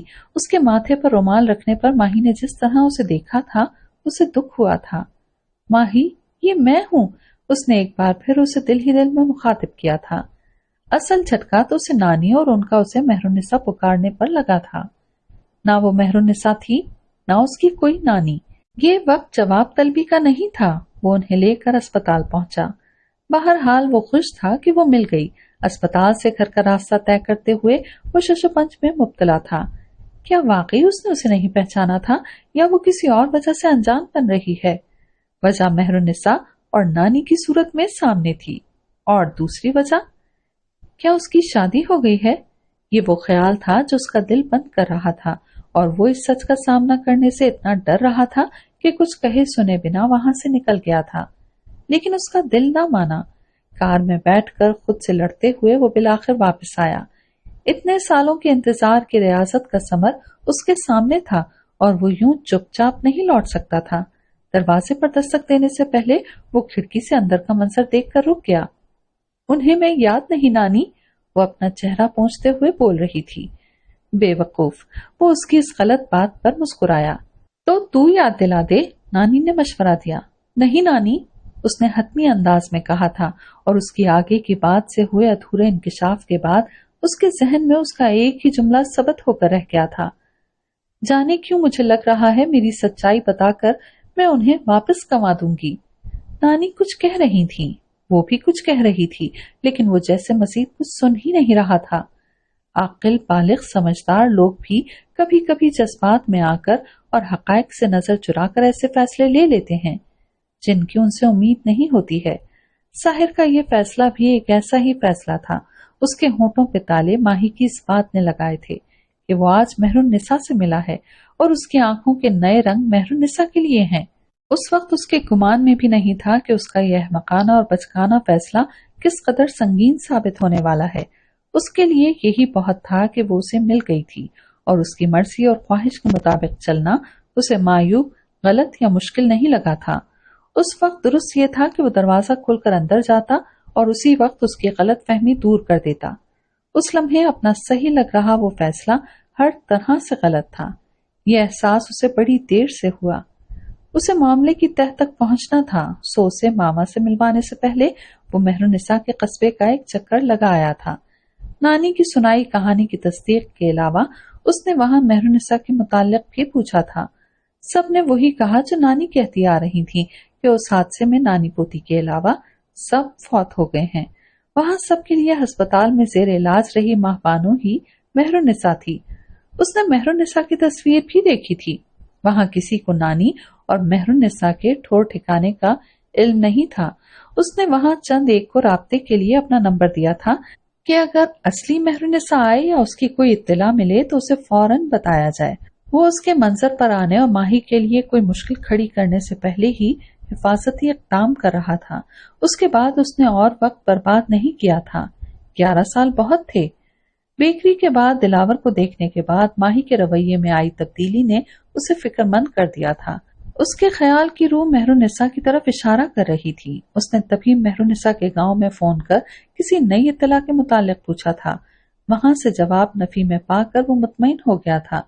फिर जल्द ही माही का रवैया भी मामूल पर लौट आया था, इसलिए उसने भी मजीद तहकीक मुलतवी करके ये बात बंद कर दिया। कल जब वो ऑफिस पहुंचा तो दिलावर पहले से उसका इंतजार कर रहा था। वो अपना हुलिया अपग्रेड करके नया नया बाबू बना हुआ था। उससे मिलते वक्त साहिर के ख्वाब व ख्याल में भी ना था कि उसके सामने बैठा शख्स दिलावर है। बैठे, उसने खुद कुर्सी पर बैठते हुए उसे भी बैठने का इशारा किया। किस सिलसिले में मिलना था आपको मुझसे? दिलावर उसका बगौर मुआयना करते हुए अपने पासे तोल रहा था। मेरे पास वक्त कम है, उसकी खामोशी पर साहिर ने घड़ी देखते हुए रस्मी मुस्कुराहट सजाकर कहा था। बहुत साल पहले शादी के दिन मेरी होने वाली बीवी लापता हो गई थी।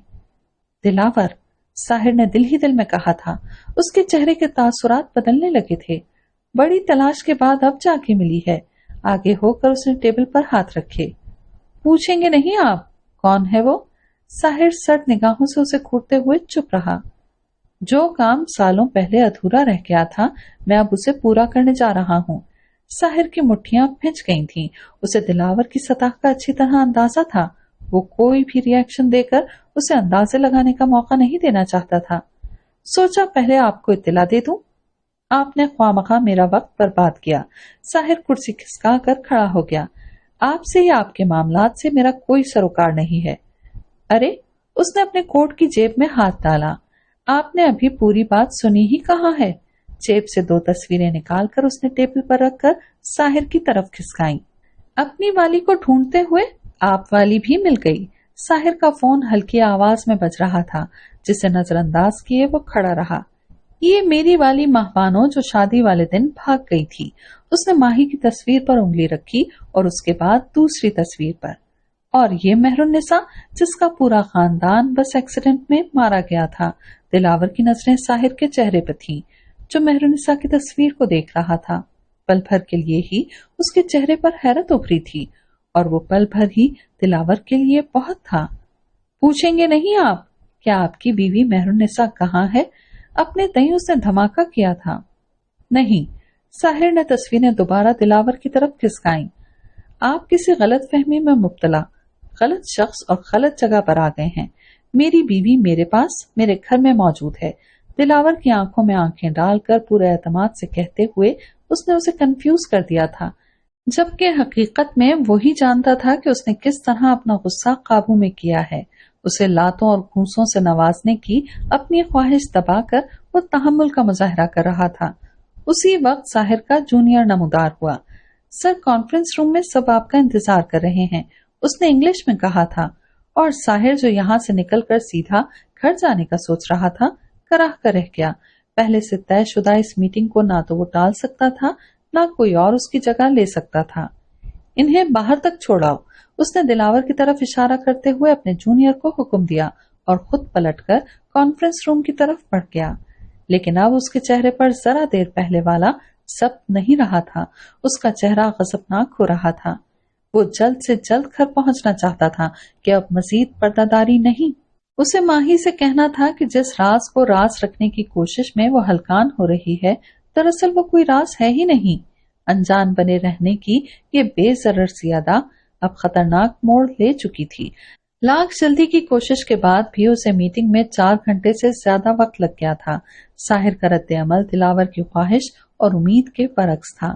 اس کی ساری چھان بین اور تحقیقات میں سب سے اہم نقطہ اس سے چھپا رہ گیا تھا کہ ساحر مہبانوں کو جانتا ہے، اور یہ کہ ان کا تعلق مہرالنساء کے منظر پر آنے سے پہلے کا ہے۔ ساحر سے حسب امید نتیجہ نہ ملنے پر وہ نئے منصوبے کے ساتھ ماہی کی طرف آیا تھا، اور وہ بڑی آسانی سے اس کے پھینکے جال میں چلی آئی تھی۔ بے وقت بجی اطلاعی گھنٹی پر گمسم بیٹھی نفیسہ علی نے چونک کر گھڑی کی طرف دیکھا۔ ساحر کو گئے زیادہ وقت نہیں ہوا تھا، آدھی رات کے وقت کون آیا تھا؟ اتنی جلدی مل گئی؟ سوچتے ہوئے وہ بھی کھڑی ہوئی تھیں کہ ملازم کے ساتھ نانی اندر آئیں۔ ذہن سے محو ہوئی لفافے میں بند معلومات ایک بار پھر انہیں یاد آ گئیں۔ ساتھ ہی سویا غصہ بھی اٹھ کر آیا، لیکن وہ شروع ہوتی اس سے پہلے ہی نانی نے ساحر اور ماہی کی کہانی الف سے یہ تک ان کے سامنے بیان کر دی۔ 12 سال قبل ان کی ملاقات، دلاور، بس کا حادثہ اور اپنی شناخت اور مہبانوں سے مہرالنساء بننے کی تفصیل، سب کچھ۔ ساحر سے ماہی کے لاپتہ ہونے کی اطلاع ملنے کے بعد انہیں یہی مناسب لگا تھا۔ ہکا پکا سب کچھ سنتی نفیسہ علی نانی کے خاموش ہونے پر جیسے ہوش میں آئیں اور فون اٹھا کر منصور علی کا نمبر ملانے لگیں۔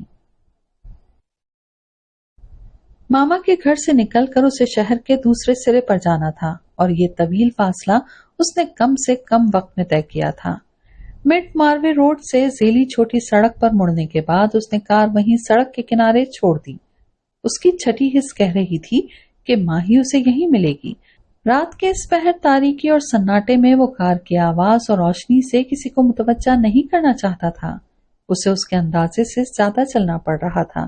وہ جیسے جیسے اپنے مطلوبہ مقام کے قریب پہنچ رہا تھا، لہروں کا شور بھی بتدریج بڑھتا جا رہا تھا۔ ساحل کے قریب یہ جگہ کبھی آباد رہی ہوگی، اور اسی وجہ سے میپ میں اس کی نشاندہی ہو پائی تھی۔ دور سے ہی ٹوٹے بوسیدہ پرانے اور خالی مکانات کے حوالے نظر آ رہے تھے۔ وہ احتیاط سے آگے بڑھتے ہوئے مکانوں تک پہنچا اور دبے قدموں سے سنبھل کر ایک ایک مکان میں داخل ہو کر ان کی تلاشی لینے لگا۔ دھول مٹی اور ٹوٹے کھڑکی دروازوں کے علاوہ ابھی تک کوئی سی روح نظر نہیں آیا تھا۔ تیسرے مکان کی تلاشی کے بعد ٹوٹی دہلیز سے باہر قدم رکھا ہی تھا کہ آواز پر وہ پھرتی سے اندر ہوا۔ وہ جس سمت سے آیا تھا اس کے مخالف سمت سے کوئی موٹر سائیکل پر آ رہا تھا۔ موٹر سائیکل کی آواز سن کر ہی سامنے والے مکان سے ایک دبلا پتلا لڑکا باہر نکلا تھا۔ ساحر نے دیکھا اس مکان کے کسی کمرے سے روشنی آ رہی تھی۔ موٹر سائیکل اس مکان کے باہر روک کر دلاور نے چابی لڑکے کی طرف اچھالی۔ بہت ٹائم لگ گیا باس، اس لڑکے نے پوچھا۔ لوچا اتنا پھیل گیا؟ اچھا ہوا منا مرا نہیں تو واندے تھے۔ وہ ماہی کو لے کر فوراً شہر سے باہر نکل جانا چاہتا تھا، لیکن اسی وقت اس کے باس کا فون آ گیا اور اس کا منصوبہ دھرا رہ گیا۔ مخالف گروہوں کے ساتھ ہاتھا پائی اور لڑائی میں مخالف گروہ کے لوگ زیادہ زخمی ہو گئے تھے، اور پولیس تک پہنچنے سے پہلے معاملہ رفع دفع کرنے کے لیے باس نے اسے وہاں پہنچنے کا حکم دیا تھا۔ ماہی کے ساتھ اپنی نئی شروعات کے لیے اسے ابھی باس کی بہت ضرورت تھی، سو انکار کیے بنا اسے یہ حکم پورا کرنا تھا۔ ماہی کو اپنے چیلے کے پاس چھوڑا تھا، جو خود تو اس میدان میں نیا تھا، لیکن اس کی ماں پرانی اور شاطر کھلاڑی تھی۔ تو آئی کو لے کر نکل جا، دلاور نے لڑکے سے کہا۔ اور لڑکی کا کیا؟ چھوٹو آ رہا ہے کار لے کر۔ کدھر جائے گا اس کو لے کر؟ अभी तो गुजरात की तरफ निकलूंगा, उसके बाद देखना पड़ेगा। मेरा फोन बंद है, मैं छोटू का फोन लेके जाऊंगा। कोई काम हो तो उस पे फोन करना। उस लड़के ने सर हिलाकर वहीं से आवाज लगाई। आई। जरा देर बाद आई बाहर आई। वो हुलिये से महाराष्ट्रन थी और शक्ल से खुर्रांट औरत नजर आ रही थी। बस 2 घंटे का कहकर कितना वक्त लगा दिया। उसने नागवारी से मराठी में दिलावर से कहा, हाँ अब तू चल, छोड़ देता हूँ तुझे घर। उसके बेटे ने भी मराठी में कहा। उसने कुछ नहीं खाया है। मोटरसाइकिल पर पीछे बैठते हुए उसने दिलावर को मुखातिब करके मराठी में कहा था। दिलावर ने बस सर हिलाया। मोटरसाइकिल आगे बढ़ गई तो दिलावर मकान के अंदर गया। दम साधे सब कुछ सुनते साहिर ने पैर के पास पड़ा लंबा सा लकड़ी का टुकड़ा उठाया। उसे हाथ में लेकर उसकी मजबूती का अंदाजा लगाया और तेजी मगर एहतियात से दिलावर के पीछे मकान के अंदर दाखिल हुआ। वो बिना सोचे समझे बगैर किसी मंसूबे के ही यहाँ तक पहुंच गया था। अच्छी खबर ये थी कि फिलहाल दिलावर भी तन्हा था। उसने किसी के आने का जिक्र किया और साहिर को उसके आने से पहले ही दिलावर से निपटना था। ये मकान दीगर खाली मकानों से मुख्तलिफ था। उसका अंदरूनी मंजर उसके जेर इस्तेमाल होने की गवाही दे रहा था, लेकिन वो रिहाइश के लिए नहीं बल्कि ठिकाने और अड्डे के तौर पर इस्तेमाल होता था। दिलावर पर नजर पड़ते ही चुपके चुपके आंसू बहाती माही रवानी से रोने लगी। वो फर्श पर बैठी थी, सामने उसके पैर बंधे थे और पुश्त पर दोनों हाथ। क्यों आंसू बहा रही है? कोई फायदा नहीं होगा। कमरे में रखी इकलौती कुर्सी उसके सामने खींचकर वो उस पर बैठ गया। तो तुम क्या करने वाले हो? इरादा क्या है तुम्हारा? वो हरासा थी मगर हिम्मत नहीं हारना चाहती थी। अब तक तो तुझे लेकर यहाँ से कोसों दूर निकल गया होता अगर वो रोड़ा ना होता। इरादा तो आज भी मेरा वही है जो सालों पहले था। बस। उसे देख रही माही अचानक उसके पीछे देखते हुए चौंकी तो वो झट खड़ा होकर पलटा। उसी वक्त साहिर ने लकड़ी का टुकड़ा इस कुव्वत से उसके चेहरे पर मारा कि वो जमी बोस हो गया। साहिर माही की तरफ बढ़ता उससे पहले ही दिलावर फुर्ती से खड़ा हो गया। साहिर ने फिर वो लकड़ा उसके बाजू पर मारा। अब के वो बस लड़खड़ाया था। साहिर ने लकड़ा फेंक कर उसका गिरेबान पकड़ा। मुझे तुम्हारा ये हाल ऑफिस में ही करना चाहिए था। उसने अपना घुटना उसके पेट में मारा। दिलावर पूरी तरह बिलबिलाया। उसका गिरेबान अब भी साहिर की मुट्ठी में था। उस वक्त खुद पर कंट्रोल न करता तो तुम इस वक्त हॉस्पिटल में होते या पुलिस स्टेशन। और उसने लब खींचकर बात रोकी और पूरी कुव्वत और तैश के साथ उस पर टूट पड़ा। दिलावर भी बराबरी से मुकाबला कर रहा था। माही मुसलसल हाथ पैर हिलाकर आजाद होने की कोशिश में लगी थी। वो मुतवातिर साहिर को पुकार रही थी। उसे डर था कि कहीं वो दिलावर को मार ही न डाले। साहिर! वो घबराकर चीख उठी। अपनी कोशिश में नाकाम वो फर्श पर गिर गई थी। हाथापाई के दौरान दिलावर को चाकू निकालने का मौका मिल गया था। उसी वक्त बाहर से गाड़ी की आवाज आई। चाकू लहराते हुए दिलावर हंसने लगा। छोटू आया था और अब साहिर को बांधकर या मारकर समंदर में फेंकना भी मुमकिन था, लेकिन उसकी यह खुशी चंद सेकंड ही कायम रह सकी। एक के बाद दूसरी और फिर तीसरी गाड़ी भी बाहर आकर रुकी। बदली सूरत हाल भांप कर उसने तेजी से चाकू साहिर के सीने में उतारना चाहा। साहिर बच निकला तो वो और जारे अंदाज में उसकी तरफ बढ़ा। तभी गोली चलने की आवाज आई। चाकू जमीन पर गिरा और दिलावर अपना हाथ पकड़कर चीखा। दरवाजे पर पुलिस खड़ी थी। साहिर माही की तरफ आया। उसे जमीन से उठाकर उसके पैर खोले, फिर हाथ खोलकर उसके हाथ थाम लिए। बेवकूफ! खुद पर काबू रखते हुए भी उसकी आवाज रुंध गई थी। ये क्या करने जा रही थी तुम? लफ्ज ब लफ्ज वही जुमला सुनते ही माही आवाज से बुलंद रोने लगी। महबानो या मेहरुनिसा नहीं, तुम मेरे लिए हमेशा माही थी। 12 साल पहले भी और आज भी। उसका चेहरा हाथों में लेकर आंसू पीते हुए वो बमुश्किल बोल रहा था। उसकी कलाइयां पकड़कर माही और शिद्दत से रोने लगी। पुलिस दिलावर को लेकर बाहर निकली और पापा अंदर आए तो वो दोनों एक दूसरे से लिपट कर रोए जा रहे थे। साहिर की शर्ट माही के आंसुओं से भीग रही थी और साहिर के आंसू माही के बालों में गुम हो रहे थे। उन्होंने एक इत्मीनान भरी सांस लेकर नफीसा अली को टेक्स्ट किया और उन दोनों के करीब आकर साहिर को पुकारा, लेकिन वो दोनों दुनिया माफिया से बेखबर थे। साहिर! उन्होंने झुककर साहिर के शाने पर हाथ रखा तो वो चौंका। अब घर चलो बेटा, उन्होंने दोनों को मुखातिब किया था। साहिर ने अपना चेहरा आसीन से खुश्क किया और उसे खुद से अलग करके उसका चेहरा साफ करके उसे लेकर खड़ा हुआ। अब रोना नहीं बेटा, पापा ने माही के सर पर हाथ रखकर कहा। बिल्कुल नहीं, उसकी फिर छलकने को बेताब आंखें देखकर साहिर ने तंबीह की थी। वहां से वो तीनों मंसूर अली की रिहाइश गाह पर पहुंचे थे, जहां नफीसा अली और नानी पहले से मौजूद थीं। नानी से मुकम्मल दास्तान सुनने के बाद उन्होंने मंसूर अली को सारे वाकयात और हालात बताकर साहिर की मदद के लिए पहुंचने को कहा था। नफीसा अली के हासिल करदा मालूमात की बिना पर उनका साहिर तक पहुंचना आसान था।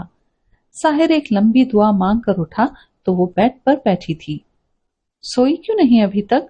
उन दोनों के फ्रेश होने तक नानी ने खाना तैयार किया था।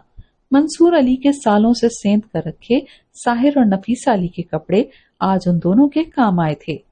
खाने के दौरान पापा ने कहा था, सबके पास कहने सुनने और पूछने को बहुत कुछ है, लेकिन आज नहीं। खाना खाकर सब आराम करते हैं, बाकी बातें कल सुबह करेंगे। सभी ने उनकी तायीद की थी। वो साहिर के कमरे में थे, जो सालों से खाली होने के बावजूद भी जेरे इस्तेमाल कमरों की तरह रोजाना सफाई और जरूरी तब्दीलियों की वजह से आबाद कमरे की तरह था। माही के नमाज पढ़ने के बाद वो उसे बिस्तर में लिटा और लिहाफ ओढ़ाकर सोने की ताकीद करने के बाद खुद नमाज को खड़ा हुआ था। उसका ख्याल था कि पिछले चंद घंटों की थकन उसे जल्द ही सुला देगी, मगर वो जाग रही थी। क्यों जाग रही हो? वो उसके करीब आकर बैठ गया। उन दोनों के पास कहने और सुनने के लिए बहुत सारा मवाद था। उसे समझ नहीं आ रहा था पहले क्या पूछे। माही, साहिर ने पहल करते हुए उसके हाथ अपने हाथों में लिए। उस वक्त हमने जो भी सोचा था, हमारे दिल में जो भी एहसास था, जिसे दुरुस्त मानकर हम दोनों ने ये एक दूसरे से राज रहने दिया, यकीन करो आज लग रहा है वह अहमकाना तरीन सोच और एहसास था। वो मुस्कुराया। तुमने सोच लिया था कि मैंने तुम्हें नहीं पहचाना। मैंने भी मान लिया था कि तुम मुझे भूल गई हो, लेकिन मेरी ये गलतफहमी बड़े कलील वक्फे के लिए थी। तुम्हें हॉस्पिटल से घर छोड़ने के बाद मैं मजबूर होकर तुम्हें याद दिलाने वापस आया था, और उस वक्त तुम्हारी बातें सुनकर जाने किस तरह मुझे ठीक लगा था कि अगर तुम नहीं चाहती हो तो मैं भी तुम्हें याद नहीं दिलाऊंगा।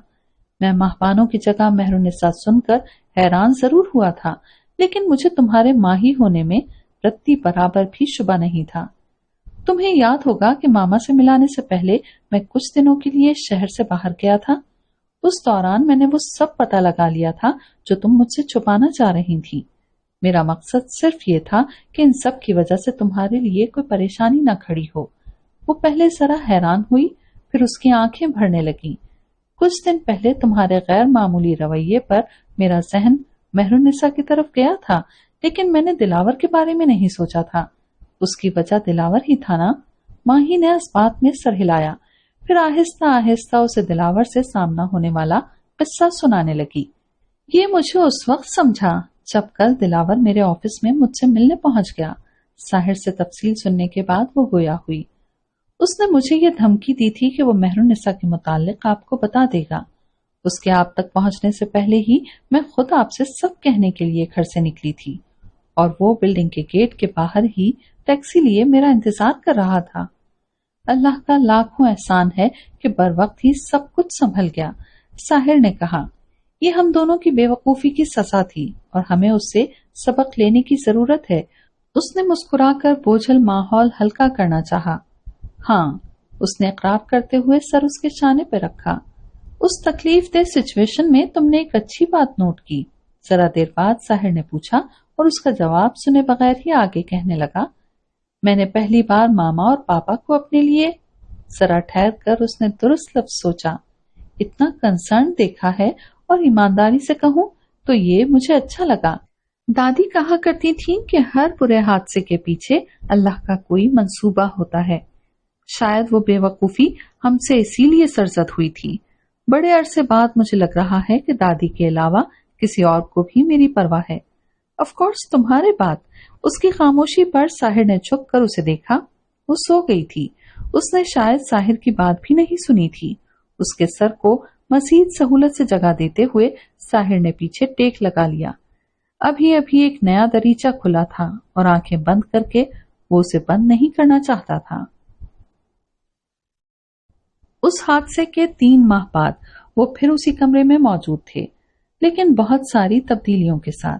अब ये उनका आरसी नहीं बल्कि परमानेंट बेडरूम था। मामा और नानी भी अब सबके साथ यहाँ की मकीन थीं। इतने सालों की दूरी और तन्हाई के बाद मंसूर अली और नफीसा अली ने बिलाखिर अना को ताक पर रखकर रफाकत को एक और मौका दिया था। सालों की तन्हा और कामयाब पेशावर जिंदगी गुजारने के बाद उन दोनों ने अपनी ख्वाहिशों से मजीद मुंह न मोड़ने का फैसला किया था। अपने करियर और आजादी पर अपनी फैमिली को तरजीह दी थी। उन्हें एहसास हो गया था कि कैरियर और अपनी आजादी की उन दोनों ने बहुत भारी और गैर जरूरी कीमत चुकाई है। दोनों ने तस्लीम कर लिया था कि उन्हें घर की तलब और जरूरत है। फिर उसके बाद सब आसान था, और जब उन दोनों ने साहिर और माही को एक साथ रहने की दावत दी तो वो जैसे मुंतजिर ही थे। वाह! डायरी के सफे पलटते हुए साहिर वाकई हैरान था। तुम्हारी मुस्तकिल मिजाजी की दाद देनी चाहिए। उसमें वो सारे नंबर दर्ज थे जो माही ने ट्राई किए थे।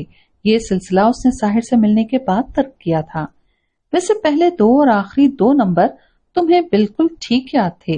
वक्त पलट कर देखने के बाद वो वापस पहले सफे पर आया और उंगली रखते हुए कतार से नंबर देखने लगा। सफे के आखिर में पहुंचकर वो रुक गया। उसने मुस्कुराकर माही को देखा। क्या? उसने खड़े होकर राइटिंग टेबल से पेन उठाई और सफे पर लिखे आखिरी नंबर के तीसरे और 7वें नंबर की जगह एक दूसरे से बदल दी। ये नंबर लगाओ। माही ने हैरान होकर उसे देखा, फिर अपना फोन उठाया और नंबर मिलाकर फोन कान से लगाया। उसे हैरत का शदीद झटका हो रही रिंग से नहीं, बल्कि सामने टेबल पर रखे कार्डबोर्ड के बॉक्स से आती रिंग की आवाज पर लगा था। वो बॉक्स जरा देर पहले ही साहिर ने वहां रखा था। साहिर ने इशारा किया तो उसने उठकर बॉक्स खोला। अंदर रखे फोन की स्क्रीन पर उसका नंबर चमक रहा था। अपना फोन बंद करके वो बॉक्स उठाकर पलटी। मैंने इसी उम्मीद पर रखा था कि तुम जब भी मुझे कॉल करो तो मायूस ना हो, साहिर कह रहा था। वापस बेड पर आकर उसने बॉक्स दोनों के दरमियान रखा और फोन हाथों में ले लिया। वो 12 साल पुराना फोन खोलते ही स्क्रीन पर उसकी रेलिंग से सर टेक कर सोती 12 साल पुरानी तस्वीर थी। उसे रोना आ गया। उसकी तलाश, जुस्तजू, तलब, तड़प, मोहब्बत कुछ भी कभी एक तरफा नहीं था। साहिर ने पहले डायरी और फिर फोन उसके हाथ से लेकर बॉक्स में रखा। इन्हें हम यूं ही संभाल कर रखते हैं ताकि बाद में अपने बच्चों को बता सकें। उसने बॉक्स बंद कर दरमियान से हटाया और खुद करीब आया। तुम्हारी आंखें बस बरसने को मचलती रहती हैं। उसकी आंखें खुश्क करते हुए वो बोला, सिर्फ फोन देखकर तुम्हारा ये हाल है? सिर्फ? और क्या है? मेरी स्लीपर्स जो तुमने वापस कर दी थी। और वो जानबूझकर रुक गया। और क्या? उसकी बेताबी दीदनी थी। मग जिसमें तुमने कॉफी पी थी। हाँ, लेकिन ये सब तो घर में नहीं था। उस रात तुम्हारी और नानी की गुफ्तगू सुनने के बाद जब मैंने डिसाइड किया कि अनजान ही बने रहना है, तब वो सब मैंने यहाँ पापा के घर में लाकर रख दिया था। क्यों रखा था आपने वो सब? कभी कभी अपनी पसंद के जवाब सुनने के लिए हम ऐसे ही आसान से सवाल पूछ लेते हैं। फोन तो जाहिर है मैंने तुम्हें नंबर दिया था और ये यकीन दिलाया था कि तुम जब भी मुझे बुलाओगी मैं जरूर आऊंगा। मग और स्लीपर्स तो हमेशा कार में ही रहते थे। मैंने उन्हें उस वक्त संभाल कर रखा जब तुम्हारे घर से मैं तुम्हें मिले बिना, तुम्हारी किसी खबर के बिना वापस आया था। अब ये मत पूछना कि क्या सोच कर रखा था। क्या सोच कर रखा था? तंबीह के बावजूद भी उसने वही सवाल किया तो साहिर ने उसे घूर कर देखा। खैर, कोई राज ना रखना तय हुआ था। उस वक्त मुझे लगा था कि तुम गुम हो गई हो, खो गई हो। अब पता नहीं कब मिलोगी भी या नहीं। तुम मेरी मोहसिन हो माही, मैं तुम्हें भूलना नहीं चाहता था। उसने माही को शानों से थामा। उस रात मैंने तुम्हें नहीं बल्कि तुमने मुझे गुनाह से और मरने से बचाया था। उसकी फर्शे चश्म तर होने लगी। माही ने उलझकर उसे देखा। दादी के बाद मैं इस कदर मायूस और डिप्रेस था कि दादी के पास पहुंच जाना चाहता था। अगर तुम उस वक्त ब्रिज पर ना आती तो मैं कार समेत नीचे नदी में होता। माही ने तड़प कर उसकी कलाइयों पर हाथ रखे। साहिर, ये सच है माही। तुम हर एंगल से मुझसे ज्यादा बहादुर हो। तुमने न सिर्फ मुझे मरने से बचाया था बल्कि मुझे हासिल आसाइशात, नेमतों और सहूलियात की कदर करना भी सिखाया था। तुमसे मिलने के बाद मुझे एहसास हुआ था कि मैं किस कदर नाशुक्रा हूँ। मैं हर लिहाज से प्रिविलेज्ड होने के बावजूद भी अपनी गिनती की कमियों को अपनी सफरिंग समझ रहा था। वो ईमानदारी से कह रहा था, यही वो एहसासात थे जिन्होंने इब्तिदा में उसे इस आम सी लड़की को भूलने नहीं दिया था। फिर मोहसिन से महबूब का सफर बड़े गैर महसूस तरीके से तय हुआ था। साहिर और माही की लव स्टोरी दरअसल बिल्कुल बुनियादी जज्बों की कहानी थी। ये कुव्वत इरादी और मस्बत और रोशन पहलू की तलाश की कहानी थी, जिसकी इब्तिदा सालों पहले अरबी वाली आपा और दादी ने की थी।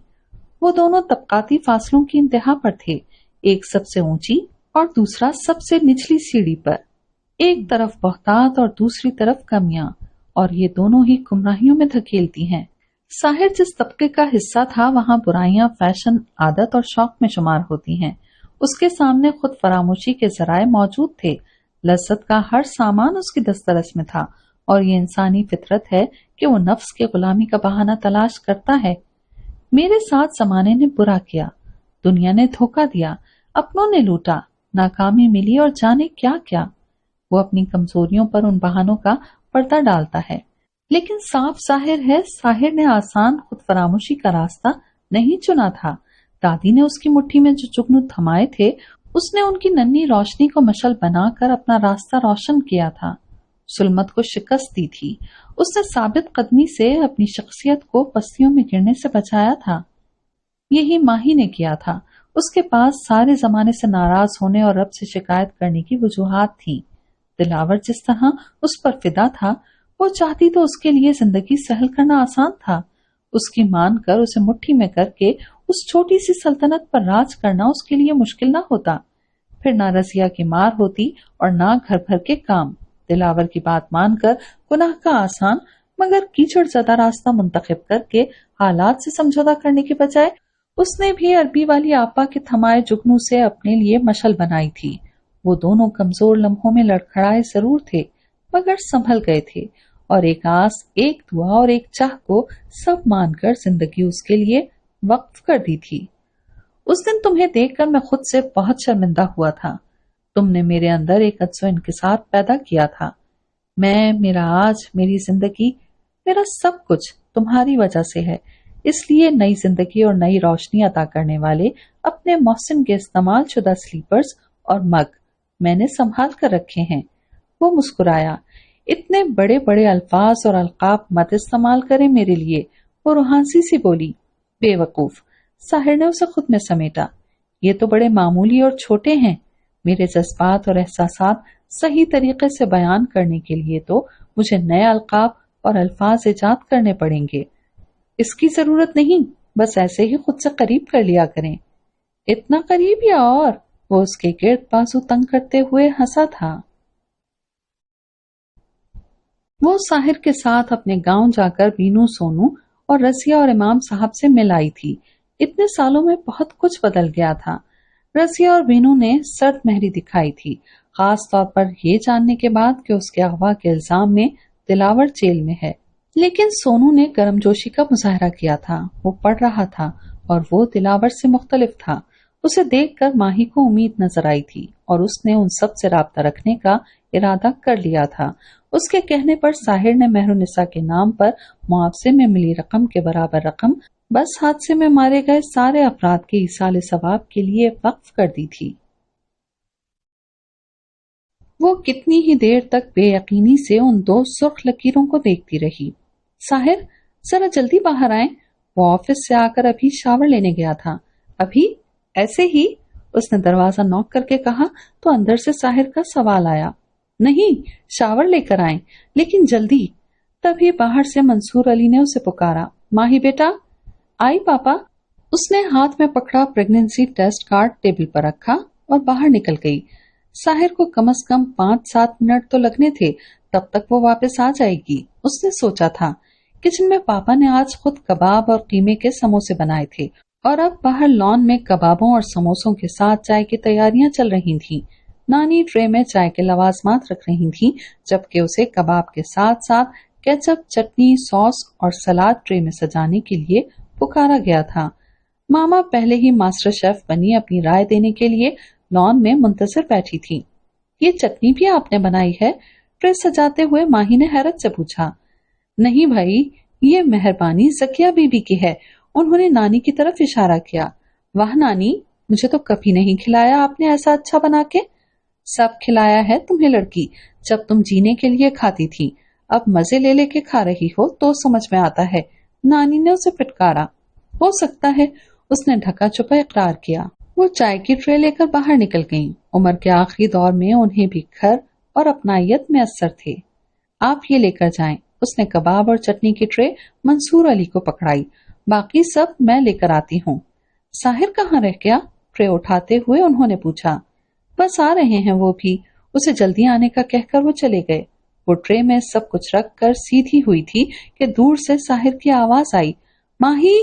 آواز کی کھنک اور جوش بتا رہا تھا کہ وہ بھی 2 سرخ لکیریں دیکھ چکا ہے۔ وہ مسکرا کر دروازے کی طرف پلٹی۔ بے وقوف، جلدی نکلنے کو کہنے کے بجائے یہ بتانا چاہیے تھا۔ کیسے ہوتا ہے تم سے اتنا صبر؟ وہ راہداری سے ہی بولتا آ رہا تھا۔ وہ جیسے ہی دروازے سے اندر آیا، اس کا خود تک پہنچنے کا انتظار کیے بنا وہ خود ہی مانکر کے لیے آگے بڑھی تھی۔ محبت اور نیت کا خلوص روز اول سے ایک سا تھا، بس درمیان میں پڑا راز کا پردہ اسے مجرم بنا کر آگے بڑھنے سے روک دیتا تھا۔ اب کوئی پردہ نہ تھا اور ہمراز تو وہ جیسے آج تھے، کل بھی ویسے ہی تھے، بس فرق یہ تھا کہ کل تک وہ بے خبر تھے۔ یہ ناول تو پہنچا اپنے اختتام تک۔ بہت جلد حاضر ہوتے ہیں کسی نئے ناول کے ساتھ۔ تب تک اپنا خیال رکھیے گا، دعاؤں میں یاد رکھیے گا۔ اللہ حافظ۔